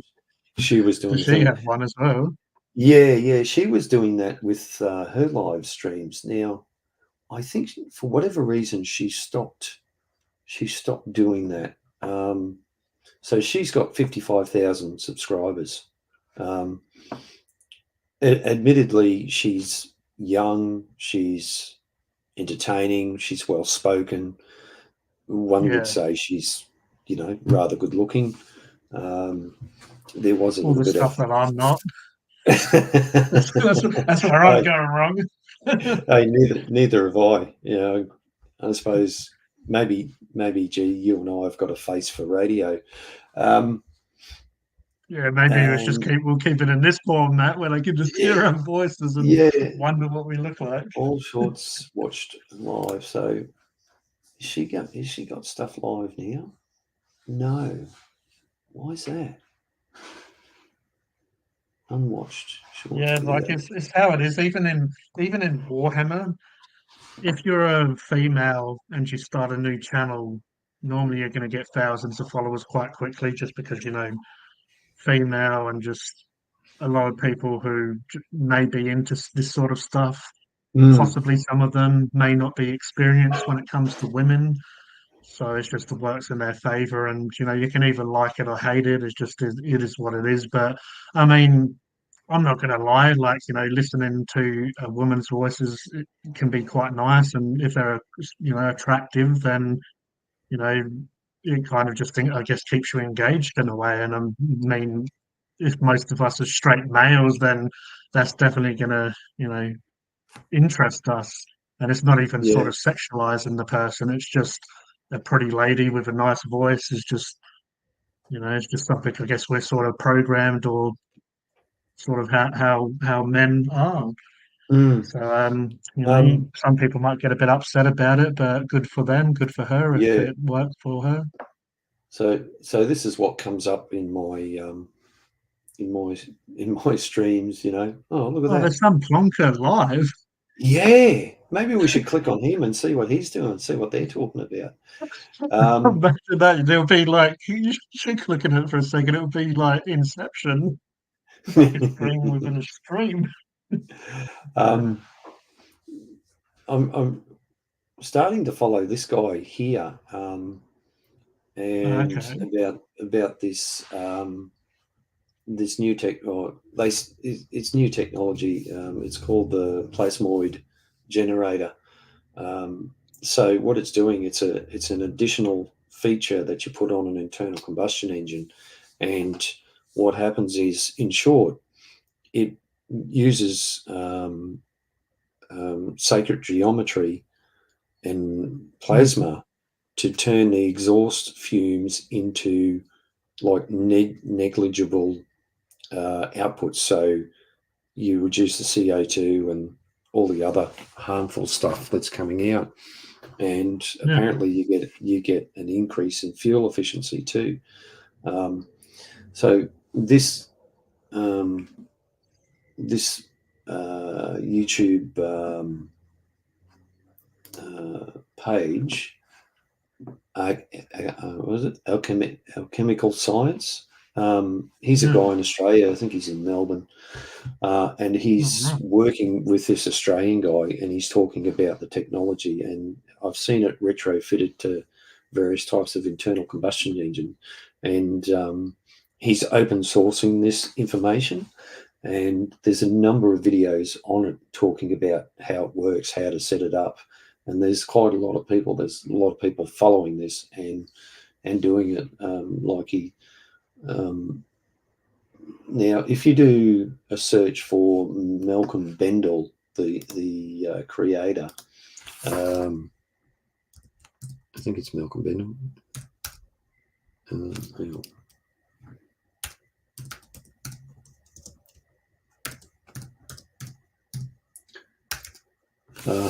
You'll find Malcolm Bendall exposed. This guy was caught up in some sort of business deal here in Australia. So a few people have tried to say it's a scam, but you've Yeah. got people like Randall Carlson who's looking into it and talking about it. And this guy, when you go back to that other channel we're on, this guy he's presented. He's gone over to Germany, and they've had people looking at it. They've had gas meters on it to do all the tests and so on and so forth. So this is a legitimate thing. It's just Mm. an interesting aspect that potentially this could be retrofitted to internal combustion engines, and the Yeah. things like CO2 output and all that sort of stuff can be reduced, and that would be better for us in the long run. Mm. So hopefully they, and this guy, there's several videos. If you've got nothing else to watch, then go and watch this and learn something. It's just, it's pretty fascinating. Just to address Roger's problem there, Roger, just start doing your live streams, mate. Don't worry about interfering with anyone else. Just get out and do it, because Yeah, I agree. Because you no matter what you do, you're always going to be Coming up with like a reason not to do it, I guess. yeah, We've discussed that yeah, kind of before, that sometimes you have all these plans and it's like, just start doing it. yeah. Well, and I've done the same. I started doing things, and then you get all enthusiastic, and then after a while you just sort of get deflated, or something else in life comes along. Excuse me, and just get into it. Just do it, and the more you do it, the better you're going to get. Coming on your live streams, and even I'll give credit where credit's due. When I used to go on with Robbo, he gave me airtime. He let me use his platform. So I've got to give him credit for that. And Yeah, definitely. That's all been a help. But watching other people, watching what they do, I was only thinking about it before when you were talking. The other way to, I like how you were talking about procrastination, and I do that with a lot of things, especially something new, something, you tend to procrastinate and overthink things. And I suppose if you want to get better at something, it's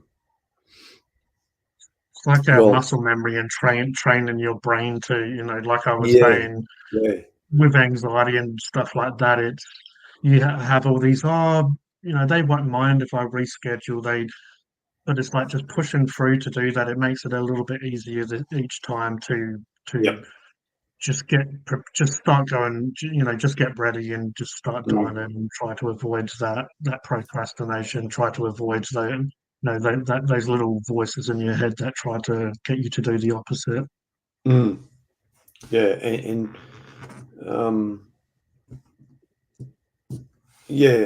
so the other thing is too, if there's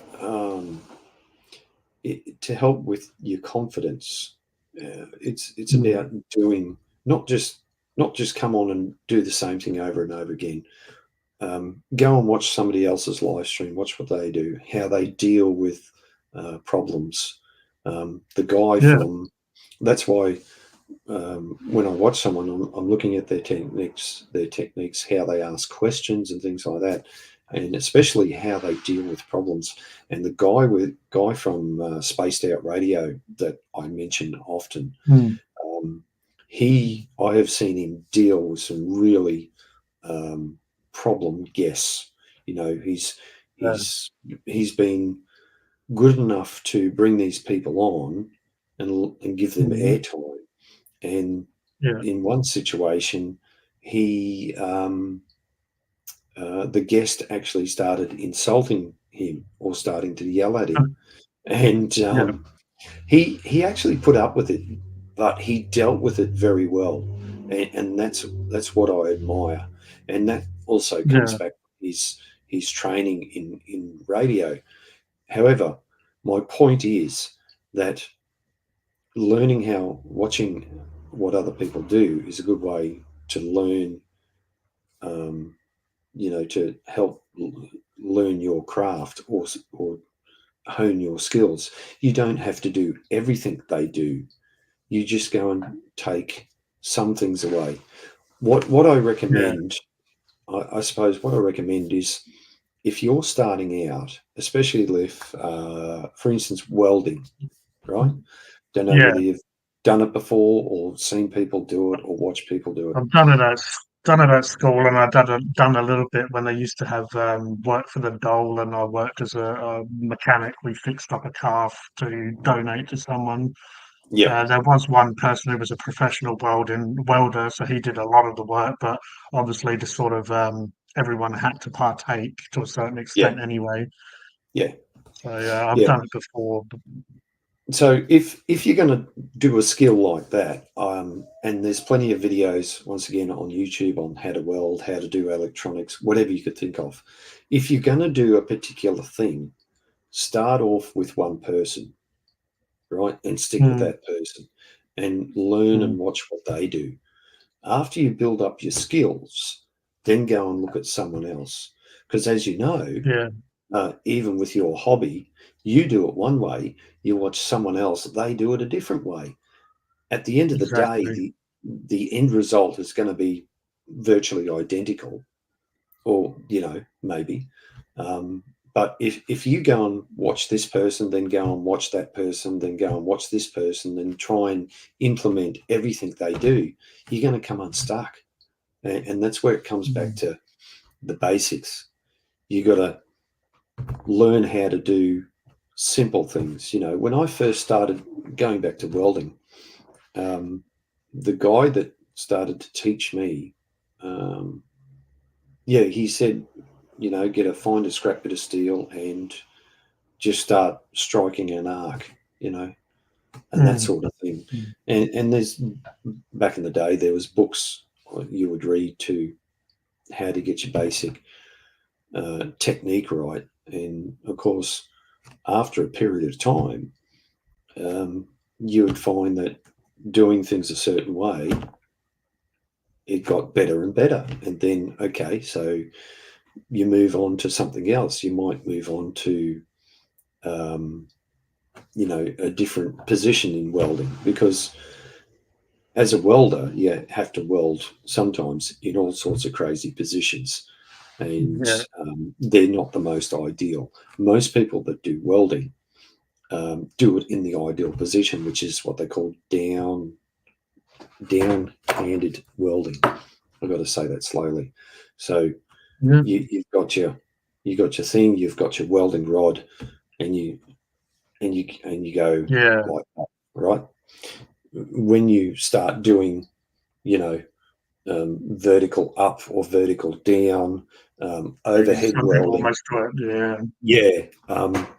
yeah, that's just more of a skill and more practice, and of Some course, people can just do it like it, so easy. But obviously, like you're saying, they built up from practicing to yep, get to be able to just go, oh yep, yeah, and move yep, all over the place and do it and feel comfortable and not, build up that muscle memory, not feel nervous or whatever about, mm, using the tools. It's like the tools are like an extension of themselves after a while. exactly, yeah, exactly, and like anything, like your painting, you're going to, Mm.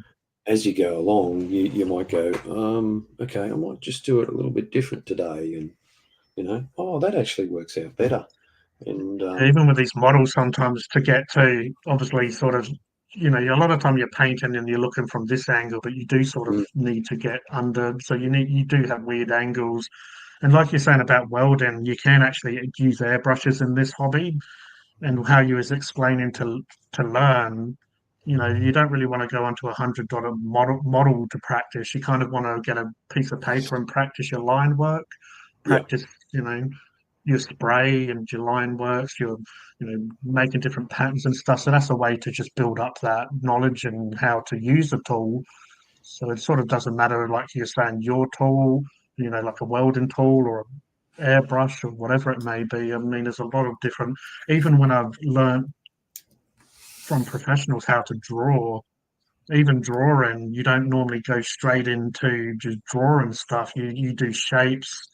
They normally get you to do circles and teach you how to shade from dark to light and just different line work as well, using different pencils and different tools to just practice lines and cross hatching. And it's just a way to feel comfortable with the tool you're using.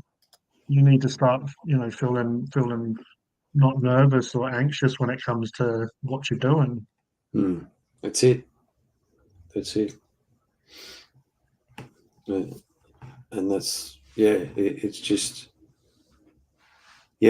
practice, and after a while it becomes muscle memory, and then you look back and you think, oh, this is easy now, where when I first started out it was quite difficult. And you'll find if you can get yourself over that line, then you can apply yourself to other things, because a lot of things that we do in life are very repetitive. Just look at ourselves, how we breathe automatically. We don't have to tell ourselves to breathe. Walking. Yep. From like my niece is learning to walk, and it took her a couple of weeks to go from quite unstable to now quite comfortable, and had fell over a few times, maybe sort of fell into stuff. But even falling, like if you fall into, let's say, an object, you even from a young age, she's only like one. And you just kind of learn, like how to fall. Like, it seems like when she falls, she brings herself into herself. So it's not that just flying and having your limbs everywhere. You just learn. And it doesn't take long. And I mean, we just get up out of bed and start walking. It's not even, we don't sit there and go, all right, now it's time to walk. It's just once you perfect whatever it is, it just becomes natural. I think sometimes we gotta say to ourselves, "Oh, we got to get out of bed now." It's not that we don't know how to walk. It's like, do I really want to get out of bed? All the old. Sometimes it's that. It's like the alarm clock. Yeah, or the bladder. The bladder wakes you up and says, "Come on, I need to go." Yeah, normally that happens when it's you're comfortable middle of the night and your eyes dart open a bit, like, oh, no, I don't need to go. Yeah, I do. I just speak. Sometimes I don't know about you, but sometimes I go to sleep, and when I wake up, just as I'm waking up, I feel like I haven't been asleep, or I just feel so comfortable. Yeah. You wake up and you just feel so comfortable. It's like, oh, do I have to? And the alarm's going, bah, bah, bah. The worst is when you wake up and you look at the time and you've got maybe an hour till it goes off, but then you just can't get back to sleep because you're worried and like, oh, if I fall asleep, I might miss it, or I just fall asleep, and just you're constantly like, oh, check it again, and it's okay. Now we've got half an hour left, and No, you look at it and you got 45 minutes, and then there's half an hour, and it's funny how sometimes all those sort of things time works. It can go either slow or it can go really fast. Sometimes when you work and you look at the time, you're like, oh, I've got an hour left, and you're like, oh, that's got to have been half an hour or 20 minutes of work, and then you look at it's like been 7 minutes. So it felt much longer than that. The good one for that is our washing machine.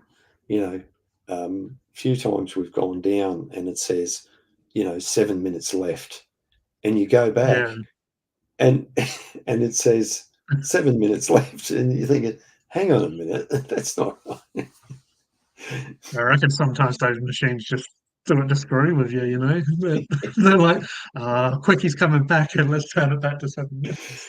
Yeah.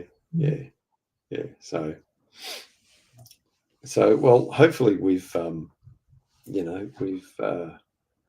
helped out Roger and a few others here on the live stream that Yeah, might be interested. sounds like Roger's definitely interested in it.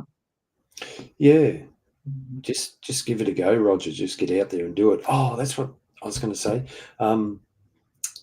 If you want to get more confident in yourself, and Roger sounds like he's a pretty confident guy, especially with, all the martial arts that he does and being in front Yeah, of students, not just kids, but being in front of other adults. You got to talk, talk at that level or talk in a way that people can understand you. The other thing you can yeah, do is if there's a Toastmasters group in your area, mm, go along to them and get involved with them and maybe learn a new skill. And there's people there that I'm sure would help you, get up there and help you improve the way you come across and talk to people. yeah. I definitely want to push myself more to just get into like activities or whatever, and it may not necessarily be stuff I'm really interested in, but it's like just learning new stuff or just engaging with all sorts of different people just will help you with life in general, as well as Mm. streaming or Mm. whatever, or just being confident because you know it's all well and good us chatting away to each other and kind of know each other and people in the chat, but it was like you was making a good point with how hosts and watching people and they are able to handle a bit of conflict. So when I Mm. started this stream, I did sort of address and apologize for, getting a little bit heated last stream and, I could have probably handled it better. And it's not really so I get a pat on the back. It's just showing the human side, showing that I'm not perfect, but also showing that, I'll try and fix the situation and most people, I didn't need to do that, or most people didn't sort of need me to apologize, but it's more for myself Yeah. just to learn. And, in the heat of the moment, I'm not perfect. I'm not one that can and I guess because I sort of, had some sort of connection with the people that were doing that to me. So it's probably why I did react. If it's just a random troll, I could laugh it off or whatever. But because Mm. I have a bit of an investment in those people, I guess a little bit of emotions got involved and that Yep. sort of stuff. And at the end of the day, I did have good times or good conversations or whatever with those people. So, just have to try and keep positive and look at the good stuff that happens in life and not Mm. sort of dwell on the bad stuff. But I just thought I'd kind of did address that, and it's interesting that you brought up that sort of how people. But it's like now that a bit of time's passed, I've calmed down, cooled down, and you look back at those moments and just think, oh, that was a little bit silly. Like I could have just handled that a little bit better. But that's I guess what Yeah. life is like. Looking back at Mm. situations or just learning from it, and next time just trying to be a better person whatever it may be. Yeah. Yeah. But yeah, I feel like talking to all sorts of people and like you were saying, activities or groups or local stuff that you could just learn a lot from that. You can learn Mm. because we've discussed it as well. You're gonna come across people in life through work or events or activities that you're not going to get along with everyone, but you do need to sort of learn to still interact with people that sort of grind your gears a little bit, Yeah. Yeah. and it will just teach you quite a lot to enjoy the people that you do like talking to, and Mm. even I guess learn to enjoy or just tolerate the people that do annoy you. Just as quite good life skills, or just to be social, and we're Mm. social Mm. creatures, really. Yeah. The other thing is getting involved with groups in general. Volunteer organisations. You don't have to. Some people, because I've been in, excuse me, because I've been in volunteer groups for a long time. I've seen people come Yeah. along, and this includes myself. You know, you go, oh, this is great. So you throw yourself into it, so to speak. And then what you don't realize is that what you're doing at the time, it seems right, it seems good. But, you know, down the track, you look back and you go, oh, well, you know, that's all been, whatever I did has all been undone because the project, for whatever reason, has just fell in a heap. Mm. You know, there's been a change in management committee, and they've decided to take a different path. You know, that sort of stuff. So, Yeah. um, being involved in a volunteer group is good because there's or a group of any sort is good Mm. because there's people there who have same or similar interests as you. Now, however, in saying that, they don't have the same or similar motivations as you. So Yeah. that's where you got to be careful, and that's where things can go wrong.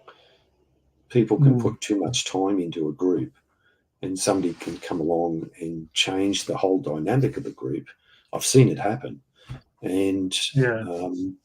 you just go, oh, you know, I've put in all this time, and you know, it's just all gone to crap. So what I suggest is if you get involved with a group, go along, meet the people, see what they do, spend a little bit of time there, and then what if you start to feel anxious or um, you know, concerned or uncomfortable, whatever, just go, Yeah. okay, that's enough. I'm going now. I'm going to do something else. I'm going to walk outside and have a break, you know, go get a drink or something like that. Um, it's That's the way I approach things now. With a, well, I try to anyway. I still there's still that part of me that wants to, you know, grab control and do this and do that. But Mm. if I did that, I'm missing out what I'm doing here at home. You have to Yeah. sacrifice. If you're working on a project, so I essentially got three projects on the go, right? Actually, no more. So I'm working on my steamroller. I'm involved with a railway museum where I'm working on a steam locomotive. I'm involved with another group that has steam traction engines and steamrollers or road steam vehicles, and I help look after a steamroller there. So there's three main things I'm doing in my spare time, and that, you know, that can take a lot of time, especially my own Yeah. steamroller. However, my own steamroller is for me. I've got no one Yeah. else telling me You have full how. control. Yeah. Yeah, yeah. The only control I don't have is on the repairs of the boiler because it's a pressure vessel. Now, I'm doing that under the guidance of a boiler inspector, a guy who's done this all his life. Um, so, because when I take this out into a public setting, I want to make sure that it's absolutely safe beyond reasonable doubt that nothing can go Yeah. wrong. Or, Yeah. no, that's not correct. You limit the potential things that could go wrong, you know. So, and that goes with anything, whether Yeah. Even it's a car or whatever. exactly, yeah, yeah. So, but there's going to be, you know, once a lot of this, lot of the work that I'm doing on the steamroller now is all being done by me.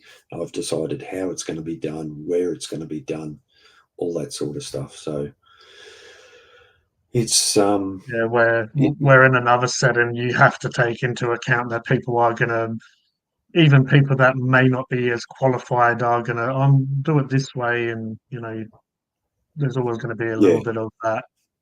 Yeah. biting your lips and Yeah. having to like sort of let people do what they want in a certain way.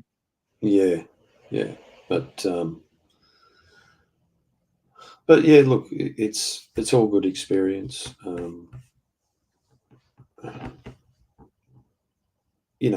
Like any look, any. I don't know if you are you involved in any clubs or groups other than like. I have been in the past, but Mm, currently not. I am looking around to possibly get into like boxing or martial arts and just to be a little bit more active, even though I do mm. have quite a lot of other commitments. So it might not be, something I'm doing weekly or every day, but it'd be nice to maybe add a couple of activities to fit in my schedule or whatever.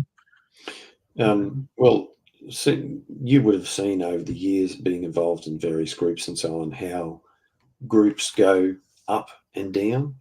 You know, Yeah, yeah.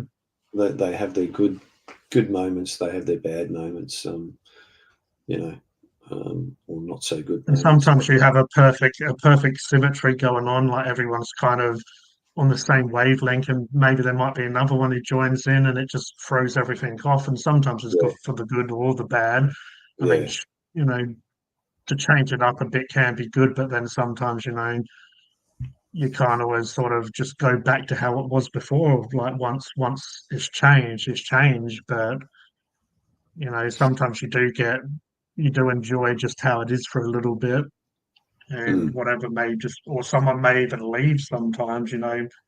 They come in and they say there's for some reason there's a commitment or whatever, they can't do it anymore, and it just again it breaks up how perfect it felt, and it's just it will never be the same. But yeah, that's kind of life. That yeah. happens But in jobs and volunteer groups and relationships or whatever it may be. It's just mm, we just need to get used to how life can just, like you said, the ups and downs. mm, Just sort of learn to ride that a bit. yeah, yeah, yeah. Uh, Mm. anyway, that's groups, clubs, whatever. And I still think Mm. clubs and groups are a good thing. Um, like I said before, you go there because there's people there with the same interests in you, and they might Yeah, have experience with something that you want to learn about, and so on and so forth. Or yeah, it just I've seen people. I've seen people come in and join a group, and they stay for a while, and they get their name in mm, the minutes, or whatever, and then a few years down the track, they're gone again. They've gone and joined yeah, another group, and that's what they do. That's their thing. They just keep, they move on from time to time. And then mm, you get the people who are the long-standing member. He's been there since day one, and all that sort of stuff. yeah, yeah. I guess everyone has a different reason to be there. Like you're saying, the person from the start might just really enjoy it and just to be involved in that, and then you have those butterflies that just fly in, just flutter their wings and just go on or whatever, just fly on to the next activity. But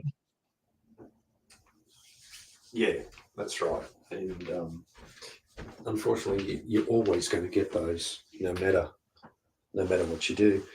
Have a yeah, if if if people can't, well, I'm sure they can understand this, but have a look at have a look at say your local government, or even even our federal government.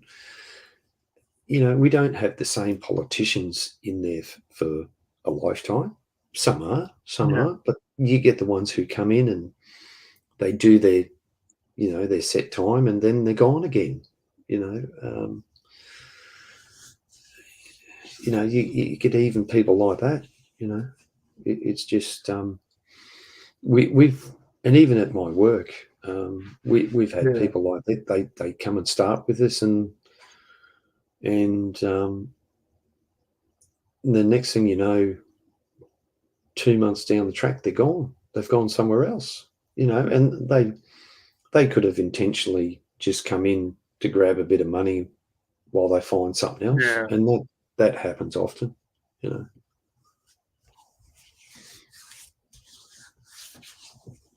Yeah, definitely. Here I am, I'm back again.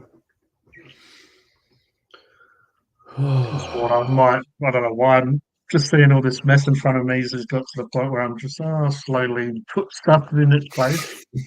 I am going to my brother's tomorrow for a bit at some point, so Well, believe it or not, working on the steamroller, that's what I would yeah, do every so often, because I'm, pulling things apart and doing this and doing that.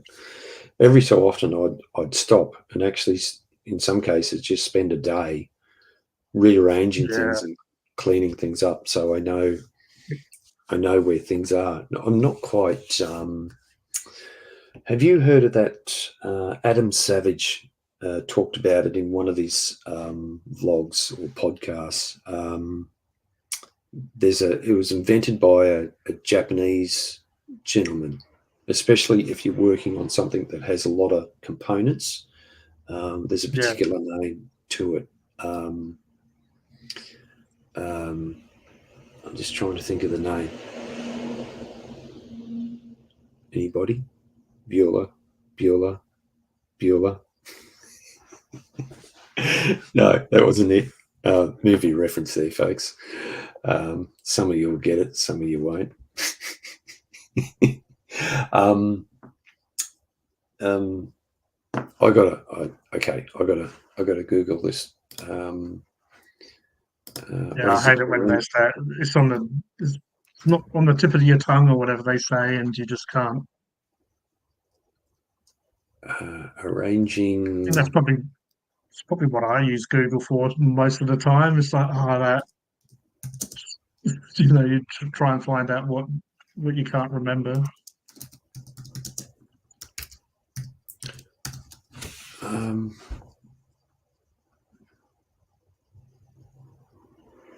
Yeah, because I use my hobby desk to do some of my videos. When it gets like this, it does feel good when it's clean, but then you just go a little bit crazy with some painting, and before you know it, my desk is just full of crap. Yeah.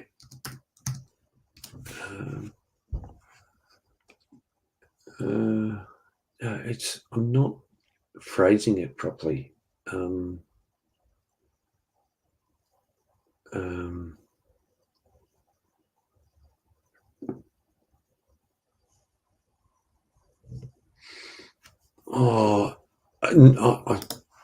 Knolling.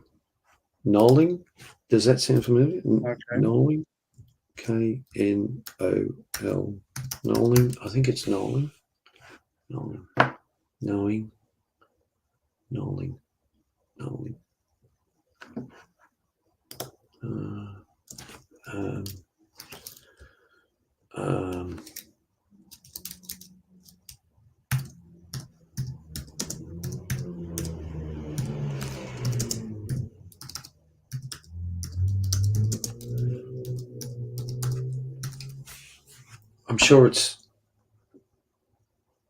I'm sure it's called knolling.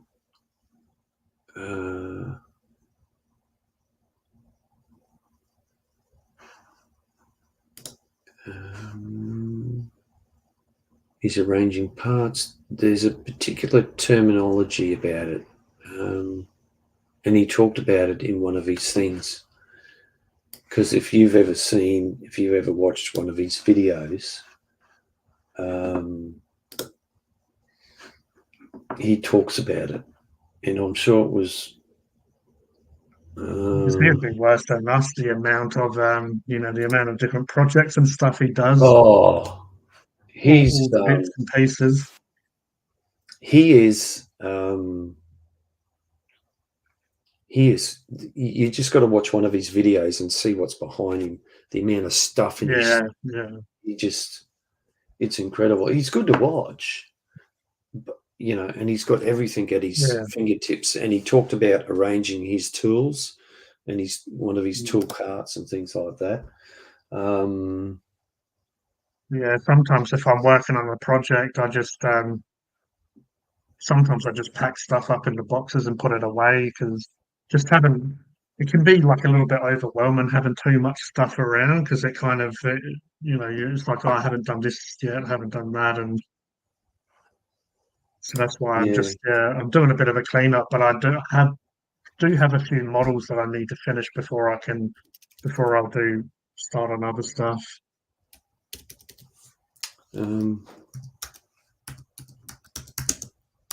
This is driving me crazy. Parts. If you type in like that word, but put other words meaning, it might come up with like a list of words. It might be like a different version of that word, obviously, that you're looking for. Yeah. I'll put way of sorting parts of a project.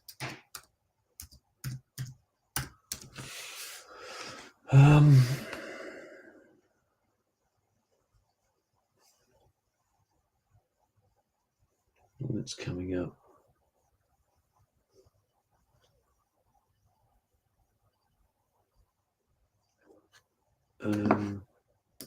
Project. I'll just put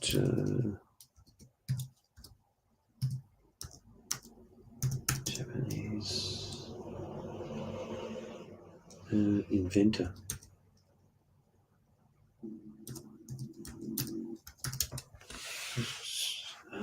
Japanese inventor. This is.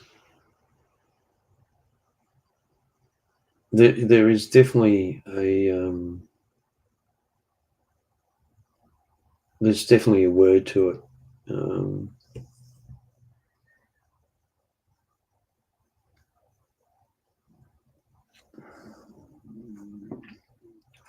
Sorting.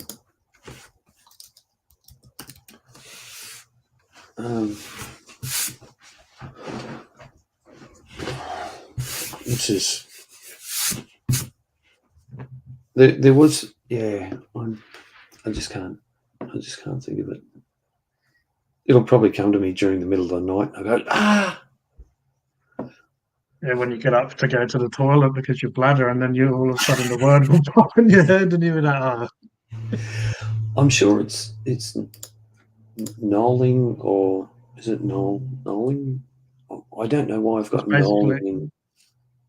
Is the meaning like, as you were saying, to clean up your hobby area or just your clutter?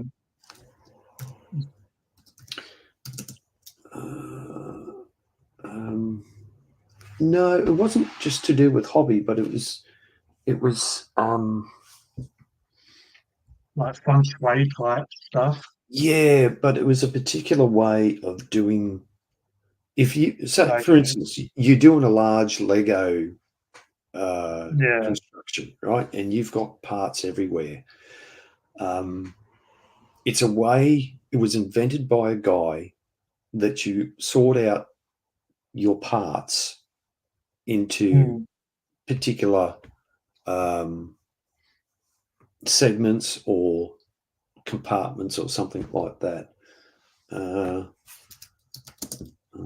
Sort. Yeah, because I do have a set of plastic containers down there, and back there I've got the little drawers where I'll put just separate all the parts, just so if I need a certain part, it tends to be in one area.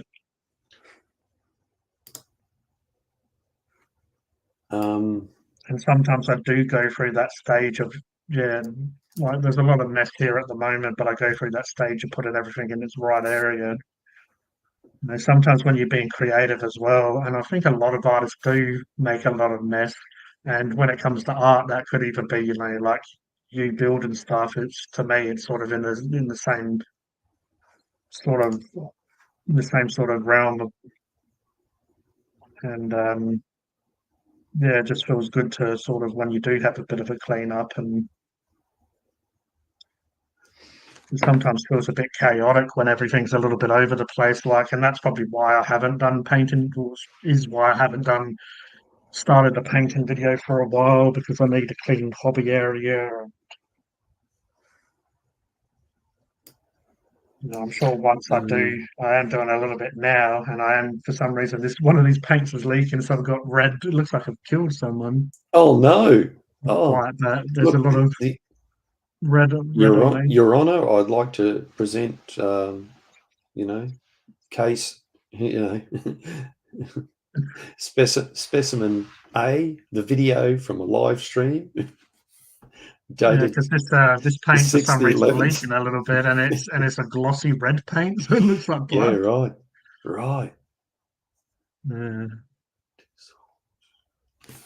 Yeah, see if I show that, it looks like blood from this tissue.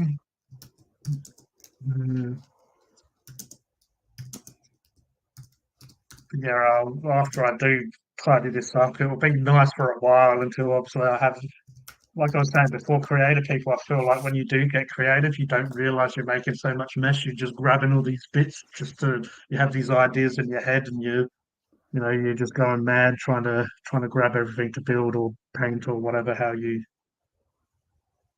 it is in your head. Yeah. Yeah, I'm sure I'll Ooh, enjoy it for a bit once it is clean and have enough room to do a painting video or just even doing ooh. my food reviews. Like I have the tripod set up here Yeah. and stuff like that, so it's a lot more nicer when it's organised. I I I don't think because all I'm getting from Google is algorithms and Python lists and sorting services. I just can't. I just can't bolt. Huh. You got a new friend in the chat. Hey, what's going on, Bolt? I reckon I might have seen you Bolt. before on here. I am on. Hmm. Well, they So probably so be so from it's my. just a bolt. He's got no nuts, or he's lost his nuts, or nut, or no washers to go with his bolt, or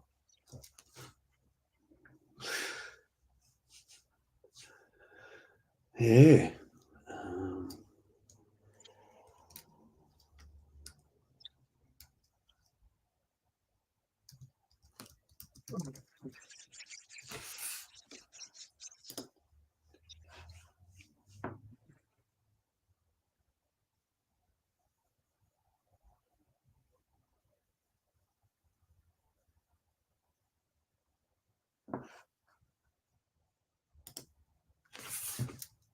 way of organising all- Sometimes I just wonder how the hell I let it get this messy. Just little bits of like sand and paper Uh, that I use to sand the miniatures, and just at the time I'm probably using it, and I still feel I still got a bit of life in it. And then when I get to this point, it's like just dump it. I've used oh, it. I just typed into Google, what methods do you use to stay organised? And Yeah, so there's a list of 8 things that's come up. The first thing, success is a result of long-term planning and daily action. So focus on what's important, remind yourself of your long-term goals, and revise them when yeah. necessary. Make lists. I know somebody else who was trying to make some lists at one stage, if you remember. Yes, I do. um, Manage your time well. Use calendars and planners. Delegate tasks. There you go. You're the manager, so you Yeah, need to delegate the tasks to your underlings. There you go. that's but even my underlings would be me, But I just But it's like hey, as I'm doing this, it's like I'm sure this would take half an hour if I'd done it like once a day, just tidying stuff up. But nah, I'm stupid and leave it till like it's really messy to the point where it'll take an hour or whatever to sort every little bit. yeah. Um, Manage your mail and phone calls. Reduce clutter. Well, you are doing that, and stay organised. There you go. Um, really, I just got way more paint than I need. But also, I'm the type of person, if I do see a new color that looks a little bit fancy, I'd grab it. What are they I've got charging for probably about, paints these days? well, for one about this size is about $5, Yeah, right, right. Because I and then know, one about that size about $10. back in the day, a guy, a mate of my brother's, he was right into doing model kits, and he Yeah, spent a lot of time doing that, and he had a pretty good collection of the Tamiya paints, you know, that's what because that's what this one is. This one is a yep, Tamiya color. It's a like a red gloss paint, the one that looked like hmm, blood. And yeah, I do have a Tamiya over there. It's a panel liner. But yeah, I use Games Workshop Citadel, which is a little bit more on the pricey side. But mm, some paints have a little bit more gloss in them. Some are a little bit more matte. yep, But yeah, Tamiya is definitely a good brand. yeah, yeah. And at the time, he was doing a lot of military vehicles, and Yeah, Tamiya is a big brand when it comes to that sort of stuff. yeah, yeah. And his method was he would um, Mm. paint while the parts were still in On in the the mold sprue. in the Yeah. sprue, yeah, yeah, before gluing it together. So, but everyone's got their own method. Yeah, it's just I did used to do that when I was younger, like spray it all on the sprue and then start painting. But I'm a bit of a fussy git these days, and they do have mold lines. And the mold lines you have to clean with a knife. Well, you don't have to. Some people still have the mold lines. To me, it looks a little bit ugly. But doing it on the Mm, sprue painting and then clipping it out, and even when you clip it out, you have to kind of clean the area that you've mm, clipped from. So from the yeah. plastic sprue to, so there's a little bit of an area that you do need to use a hobby knife or even a sanding stick just to clean it up. And just did and sometimes I do like painting sub assemblies as they call it. So this one here is a little bit of sub assembly where the back is separate, and he has a little guy that goes on top, and then this chest piece goes onto him here. So that's like sub assembly where I'm painting, just because to get to areas once it's all glued together can be difficult at times.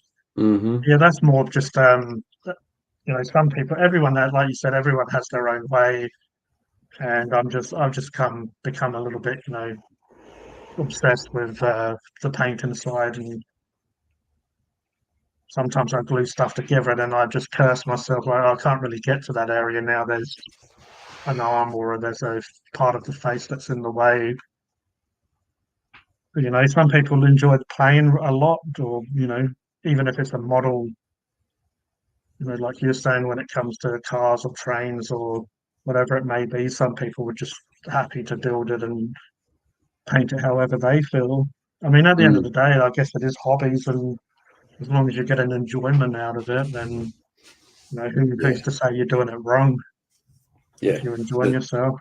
that's it. And when you don't enjoy yourself, I suppose that's the time to give it up or walk away or something like that. Yeah. Yeah, definitely. Unfortunately, I can't do that with work because that's what pays the bills. So what can you Yeah, do? that's it. Yeah, I guess that's why Yeah. we got our hobbies and stuff as well, so we can have stuff to look forward to in your life. I think back, or I look back and think, in terms of the variety we've got today, we've got all these streaming Yeah, platforms and um, range of models in all shapes and sizes. It's amazing what's out there, and it seems. I know we all talk about this. It seems like when you're a kid, you were so bored mm, because time seemed to drag on, you know. But now as an adult, it's like the day is just gone, you know. Yeah, By the time you go to that is work and get exactly home, it. you know, and it's just, you know, the advent of this YouTube platform, there's so many things that have got my interest, and it's also helped in the restoration project of the steamroller too, because get to Yeah, see what having some files and other stuff. yeah, get to see what other people are doing and things like that. So yeah, Yeah, definitely. Well, I guess that they all sort of say that when you're a kid, you want to be an adult quick because like you said, you get bored and you want to be able to do all the stuff that adults do. And then when you become an adult, you realize that's why they say, oh, enjoy your time while you're a kid because when you're an adult, you don't have enough time to do all the stuff that you yeah, want to do.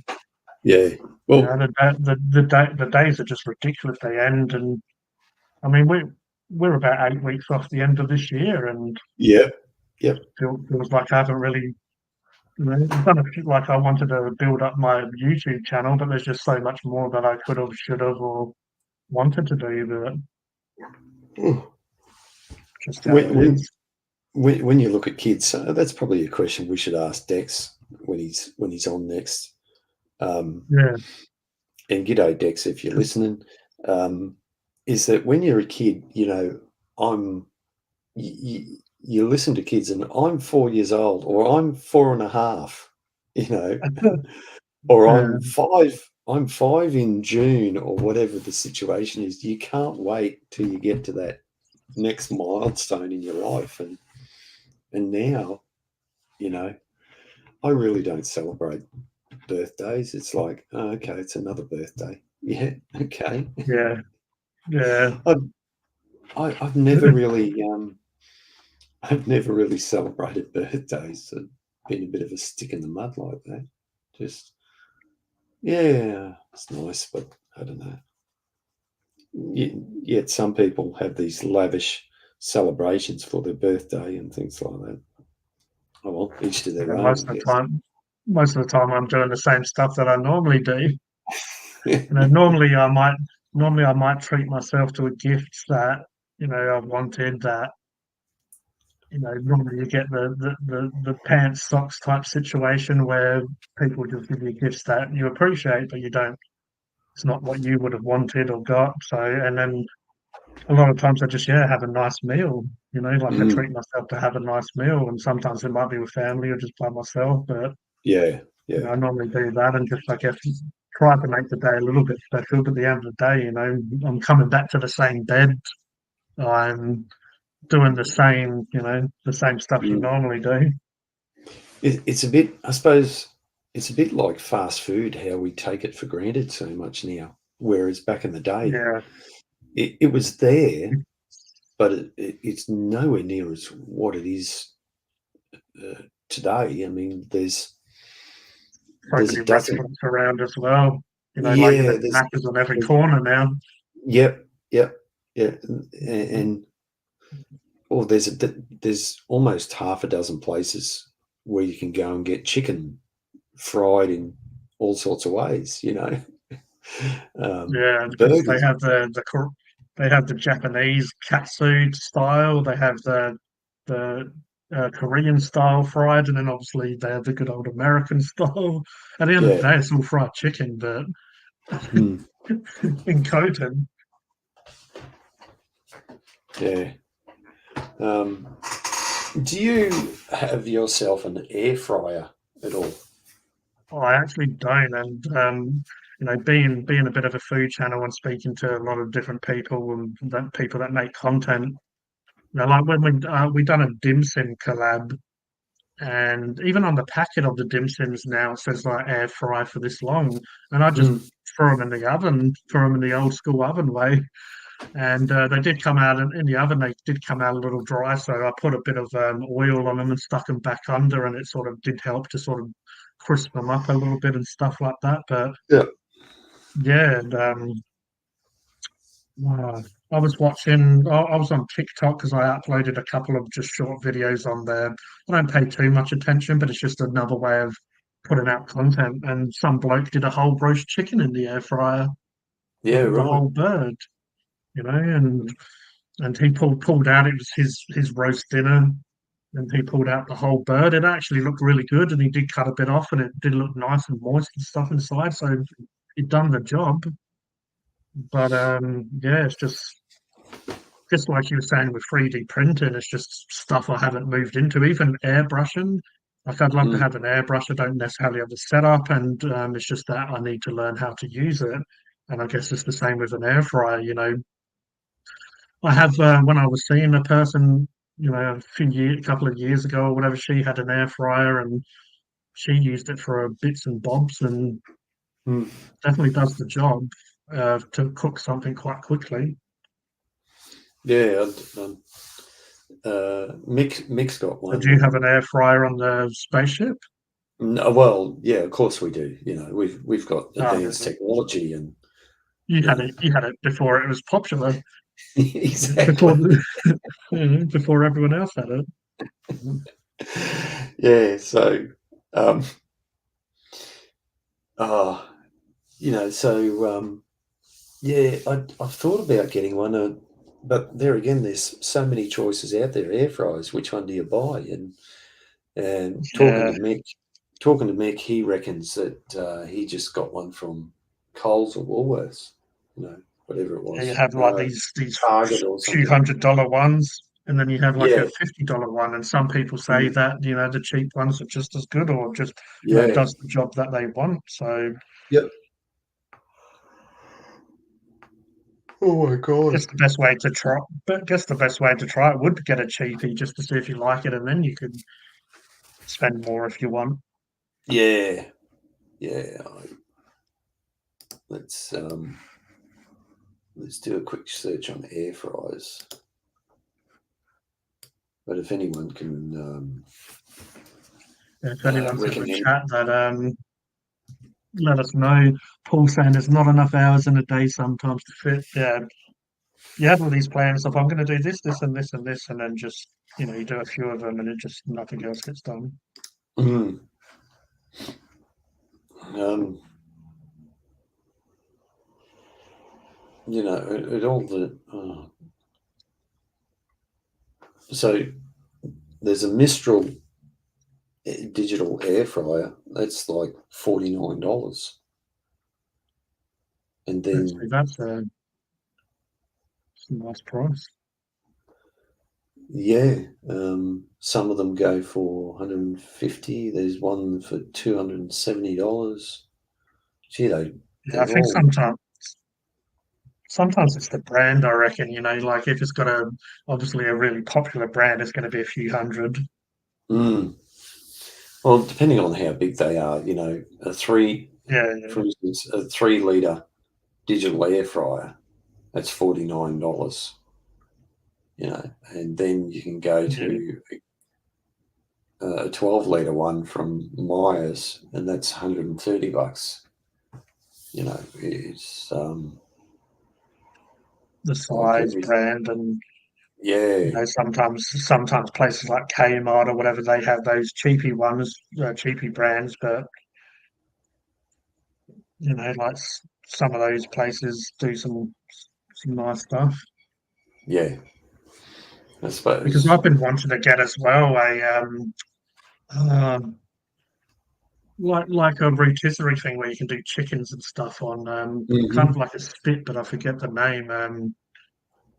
But yeah, Well, like again from Bunnings you could get one for a few hundred, or you can get like I know there was a cheap one going around for a while that was about 50, 60 or something, and a lot of people swore by it, like said that they loved it, for a cheapie. well, you mentioned doing a rotisserie chicken, and Yeah, I was scrolling through, and here's a Mistral 25-litre digital air fryer oven through Australia Post for 150 bucks, and it's got a picture of a chicken in there on like a rotisserie, so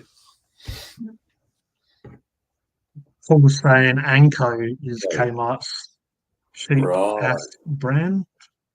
Have you got one? Because I do know that people.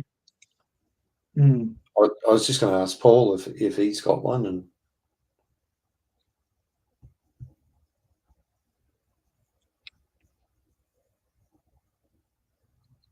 I suppose it looks like it's the how many liters you want it to, how big you want to go. That's probably the So the if you want cheap. to cook a whole sort of joint of meat, or if you want to just cook your Yeah, chicken tenders or whatever. yeah, yeah, yeah.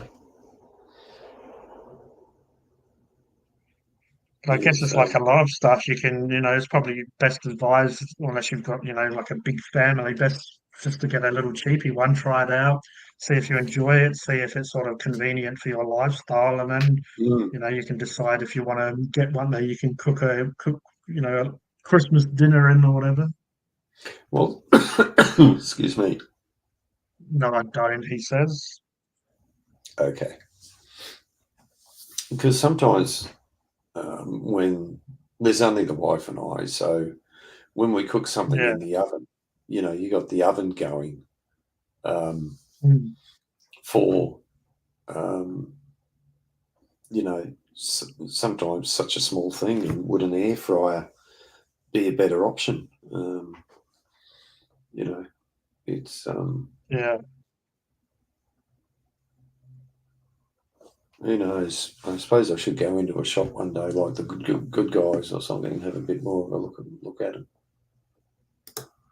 But Mick reckons they're one of the best things. If you got, you know, you can put something in the microwave and heat it up. Like if you do that with chips, they're hot Yeah. but they're soggy. Yeah. And Mick reckons that if you reheat chips in an air fryer, they're perfect. So I do know people like to do that with KFC because, again, if you put it reheat it, it'll just be soggy. But you put it in mm, an air fryer and it, like crisps it back up. I guess with pizza as well, you microwave pizza, it's never quite the same. If you put it in an air fryer for a bit, I'm sure it'd be a lot tastier. Won't make it all soggy. mm. One day there, I had um, I had Domino's pizza, and whatever they did, by the time I got it home, it was still hot, like really hot, and it just Yeah, tasted so much better when it was really hot. And yeah, yeah. But I think the best pizza I've ever had is, and they're a franchise, but they're not big franchise. I think it's Pizza Capers or something like that. Up oh here yeah, in that does sound familiar. yeah, they just I had one of their pizzas and it was just really nice, just really well done. So however they did it, it was just great. So it's there's plenty of other local pizza places around here, and I haven't tried them. I just go to Domino's because like it's around the corner, and you can get a pizza, get Yeah, one of their mini pizzas for like $6.20 or whatever it is. Or they're doing those mini pizzas now with in the box with a bundle, yeah, so you get like yeah. half a garlic bread and either the chicken Bites or whatever. spicy, Yeah, yeah, chicken bites or the chips, for $10, and that's a bloody good meal in itself. That's more, you know.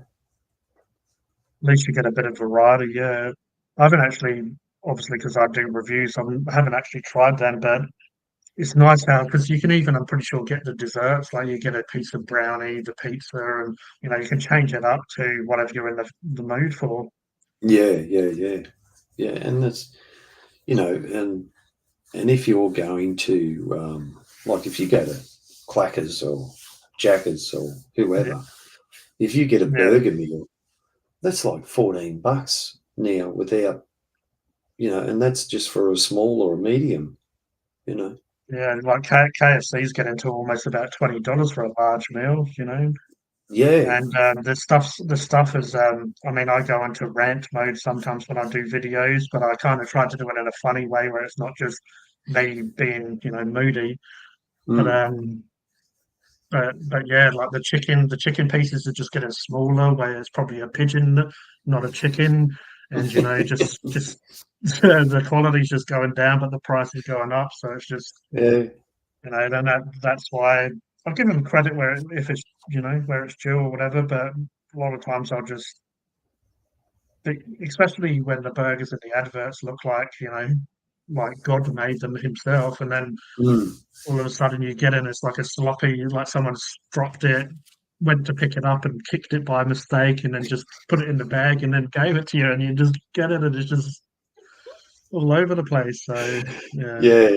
you can't help but You know, laugh. But I do feel bad for people that get it on the regular, or if a kid's looking forward to it, it's their treat, and they just get this burger that looks like it's been taken out of the bin. yeah. Well, you could almost say that with Hungry Jacks with their bacon deluxe.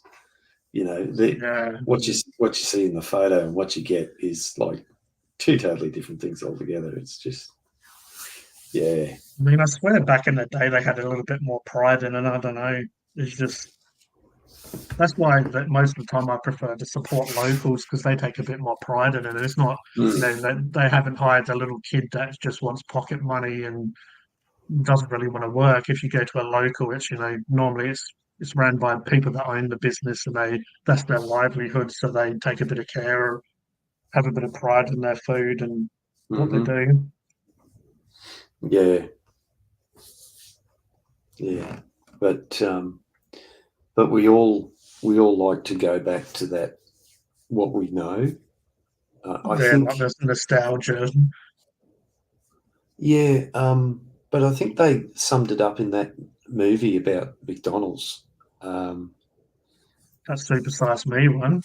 no, no, no, no. The story about how the two How it was not.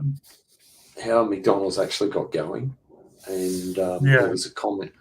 I think I was sure I watched the trailer or something like that, and somebody said nobody's going to go back to the same place to get the same thing, and or something along those lines. And the guy said, "Well, yeah, yes, they will."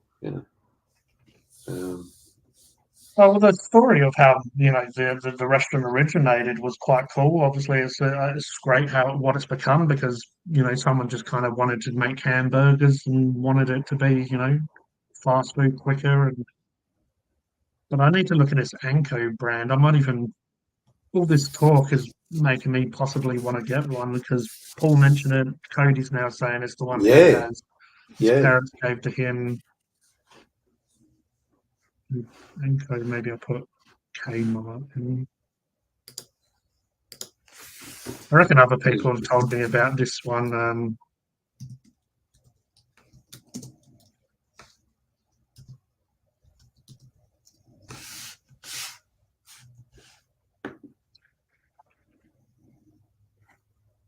This is the one that I was talking about, though. It's a charcoal smoker grill. It's a Jumback barbecue from. They have loads of different ones, though.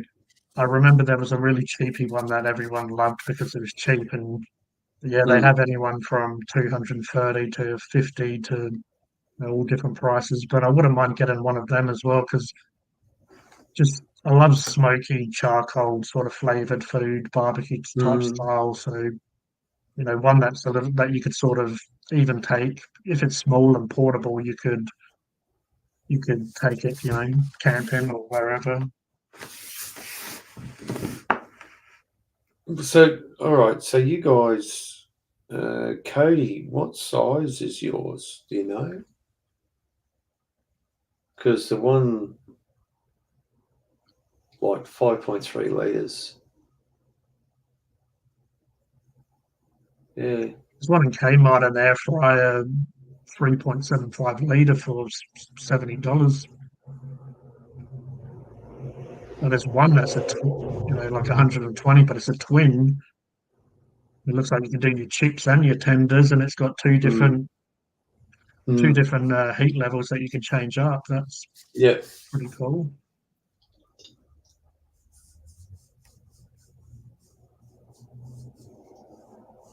yeah, twin one would be good if you wanted to do, yeah, two, chips and fish fingers or whatever. Mm.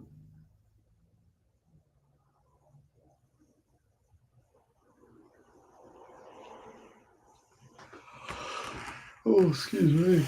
Oh. Grego also has an Anko air fryer on his channel.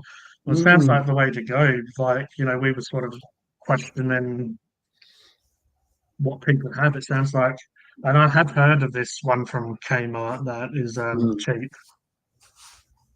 I think like it was so popular that it went out of sold out for a while, and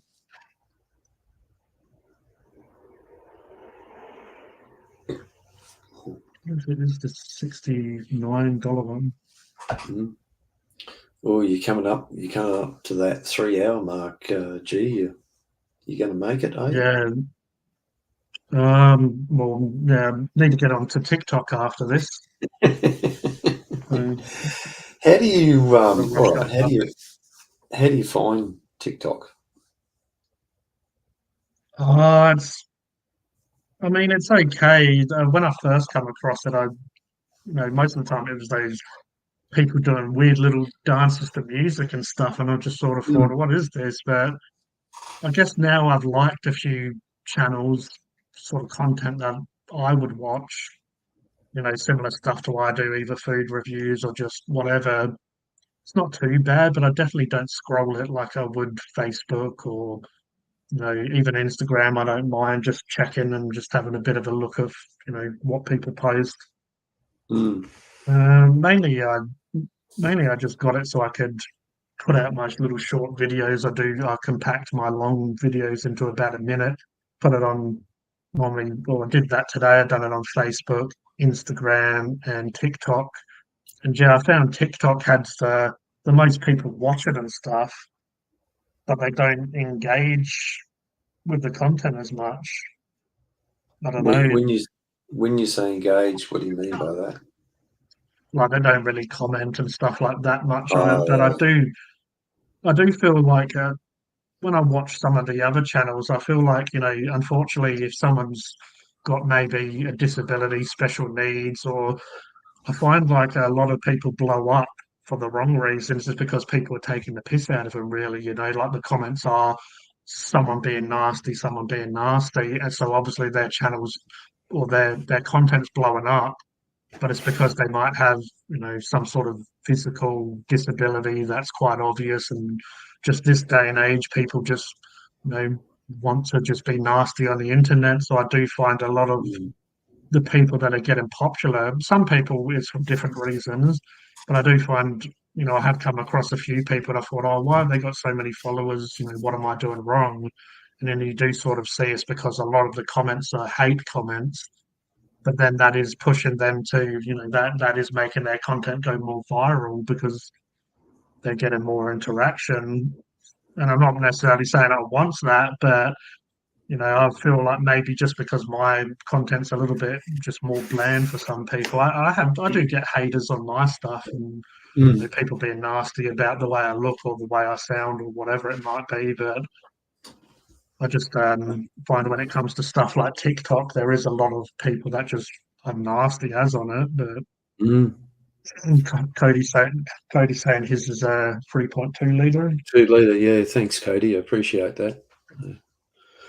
Um, yeah. Mm. Oh, I'm just curious to know what your thoughts are on it.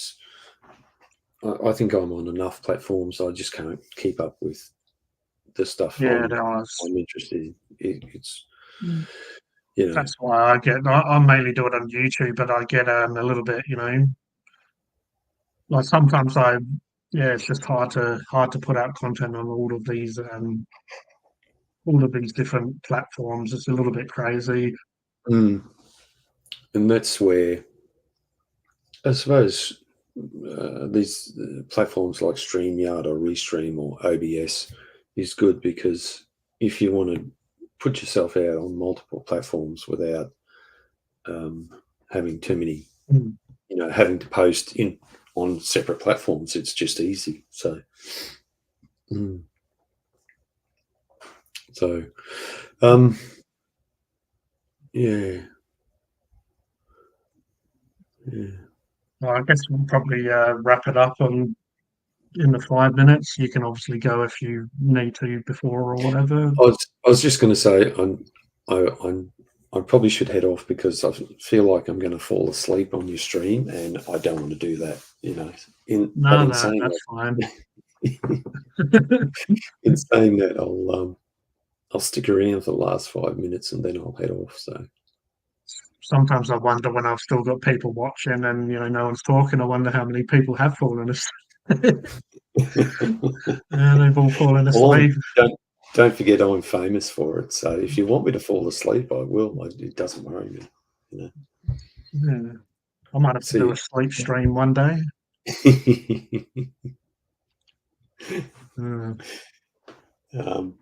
Yeah. I Oh, I always feel bad heading off as well when I see more people join. I'm like, oh, people have joined, and for me just to be like, yeah, I'm going now, bye. see ya. Yeah. Cheers for just jumping on, but There's one guy I do watch from time to time on YouTube, and there's plenty of guys doing it, or not, well, plenty of people. Is um, yes, I have, Paul. I have. Um, and he talks. He speaks fluent Chinese. okay, yeah, And he lives in New York. He's married to a Chinese lady, and he spent about a year in Shanghai, in Beijing. nice. And what he does, he goes around to Chinese restaurants and other places, and he'll order. So he's got a camera with him, you know, and he orders. He'll get a menu and he'll order in fluent Chinese, Well, and I reckon I've seen him before, and you see and the reaction of yeah, people sitting across from him, like, they can't believe yeah, this white guy is just talking fluent Chinese, and he's set up different different challenges, and he's learned quite a lot of other languages, and it's amazing how people treat him when he starts talking their language. yeah, like you could see. I mean, I don't know if it's the exact same guy. There probably is a couple of people do it, but I have seen that sort of content.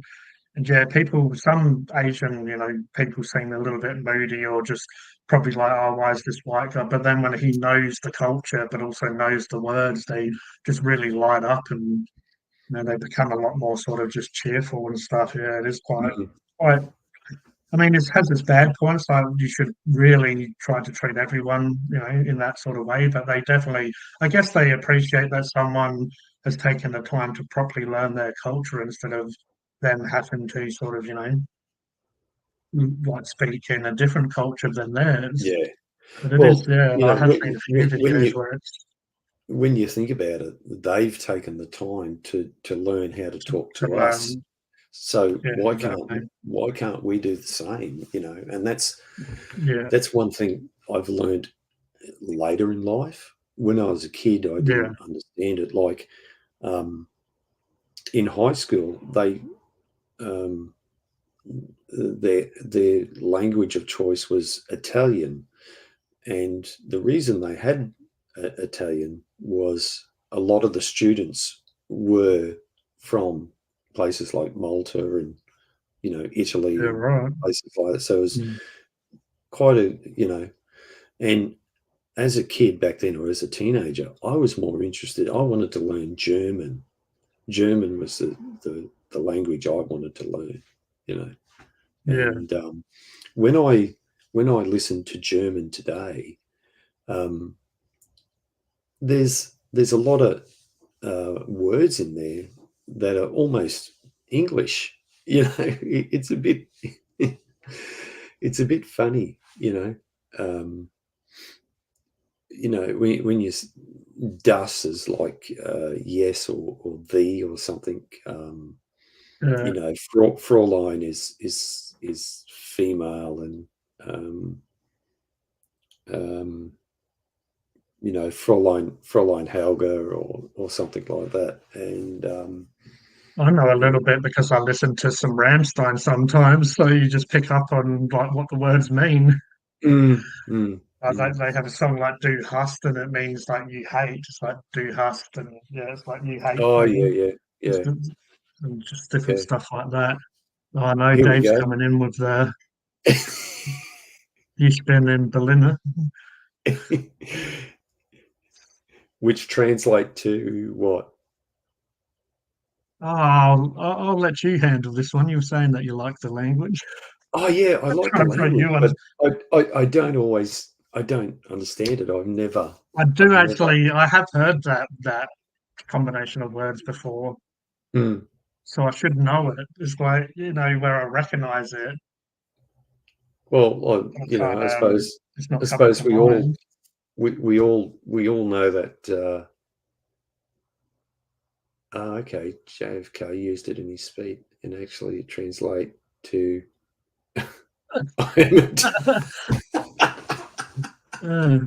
Berliner is a type of donut, I believe. It's the type of donut. It probably is a German one. Mm. But You know that, of course, there's that famous one, you know, on 99 Luftballons, you know, which is Luft is red, isn't it? Am I correct in that? Isn't it? You know, that song wouldn't be the same if it was 99 red balloons, but because it's got, yeah, yeah. you know, yeah. I It's just need to listen to a little bit more Rammstein, refresh my memory. Rammstein. Is that a particular person, or is it just? It's a band. It's kind of like a metal band that's German, and they speak just German. They Oh, do have a few English versions of the same songs they have in German.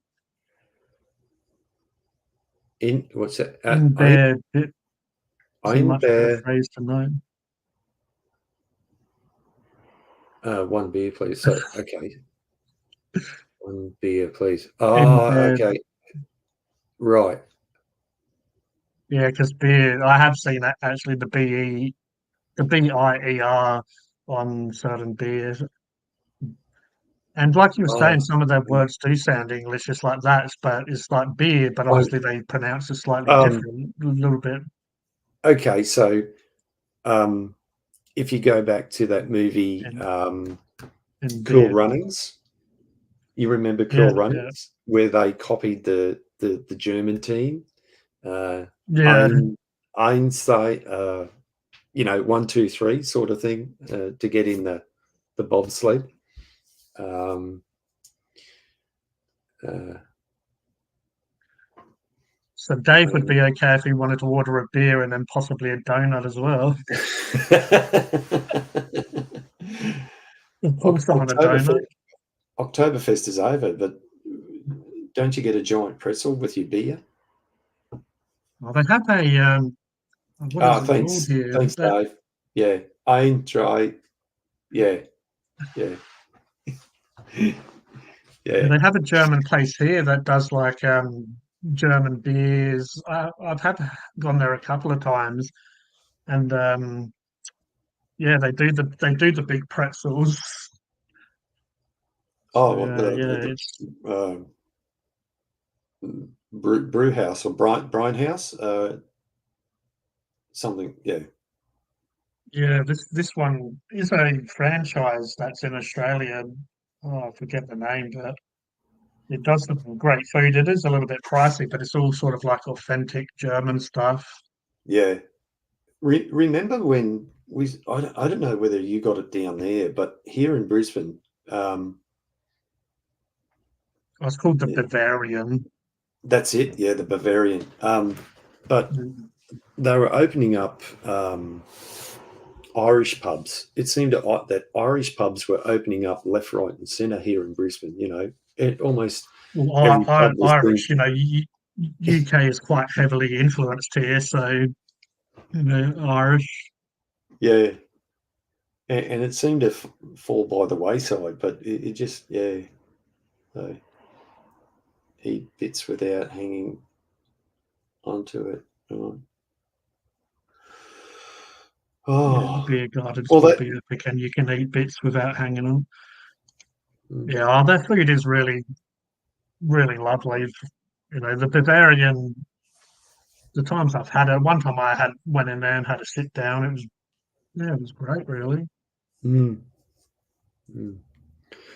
Well, we've got that second But, win. We've gone over the magic 3 hour mark. So Dave helped us. Sorry, Dave, we were about to head off, but yeah, you can't head off without having a chat to good old Dave.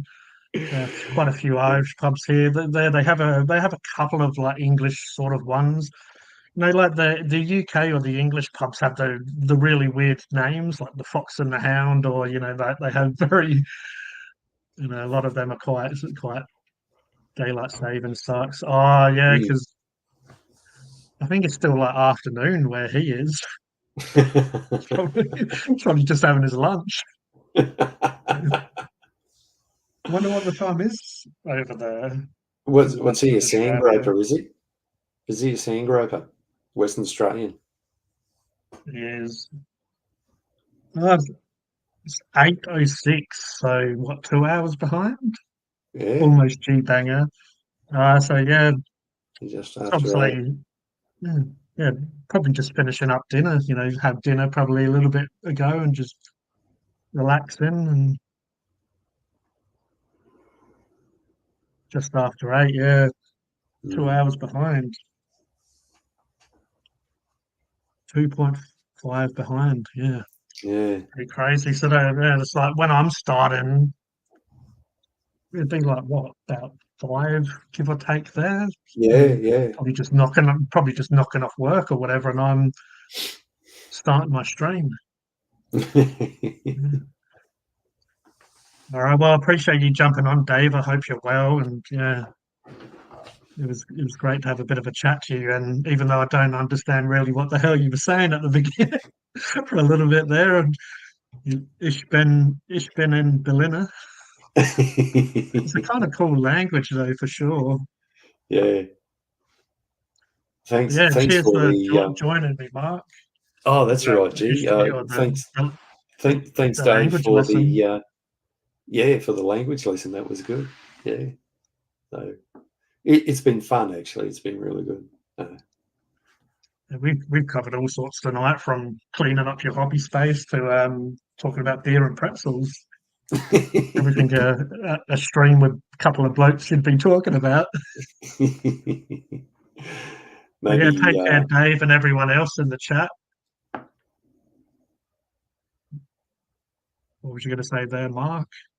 Um, I was just going to maybe next time we do it, we should have ourselves a German beer or something. Yeah, we could try and organise that. Get a beer going.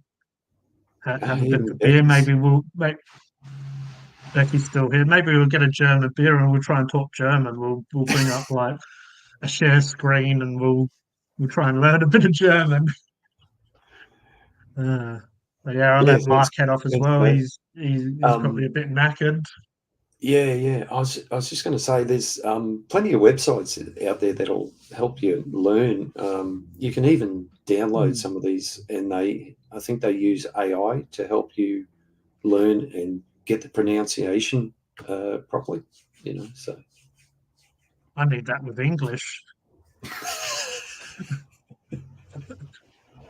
Yeah, cheers, Cody. Thanks, Cody. Appreciate it, man.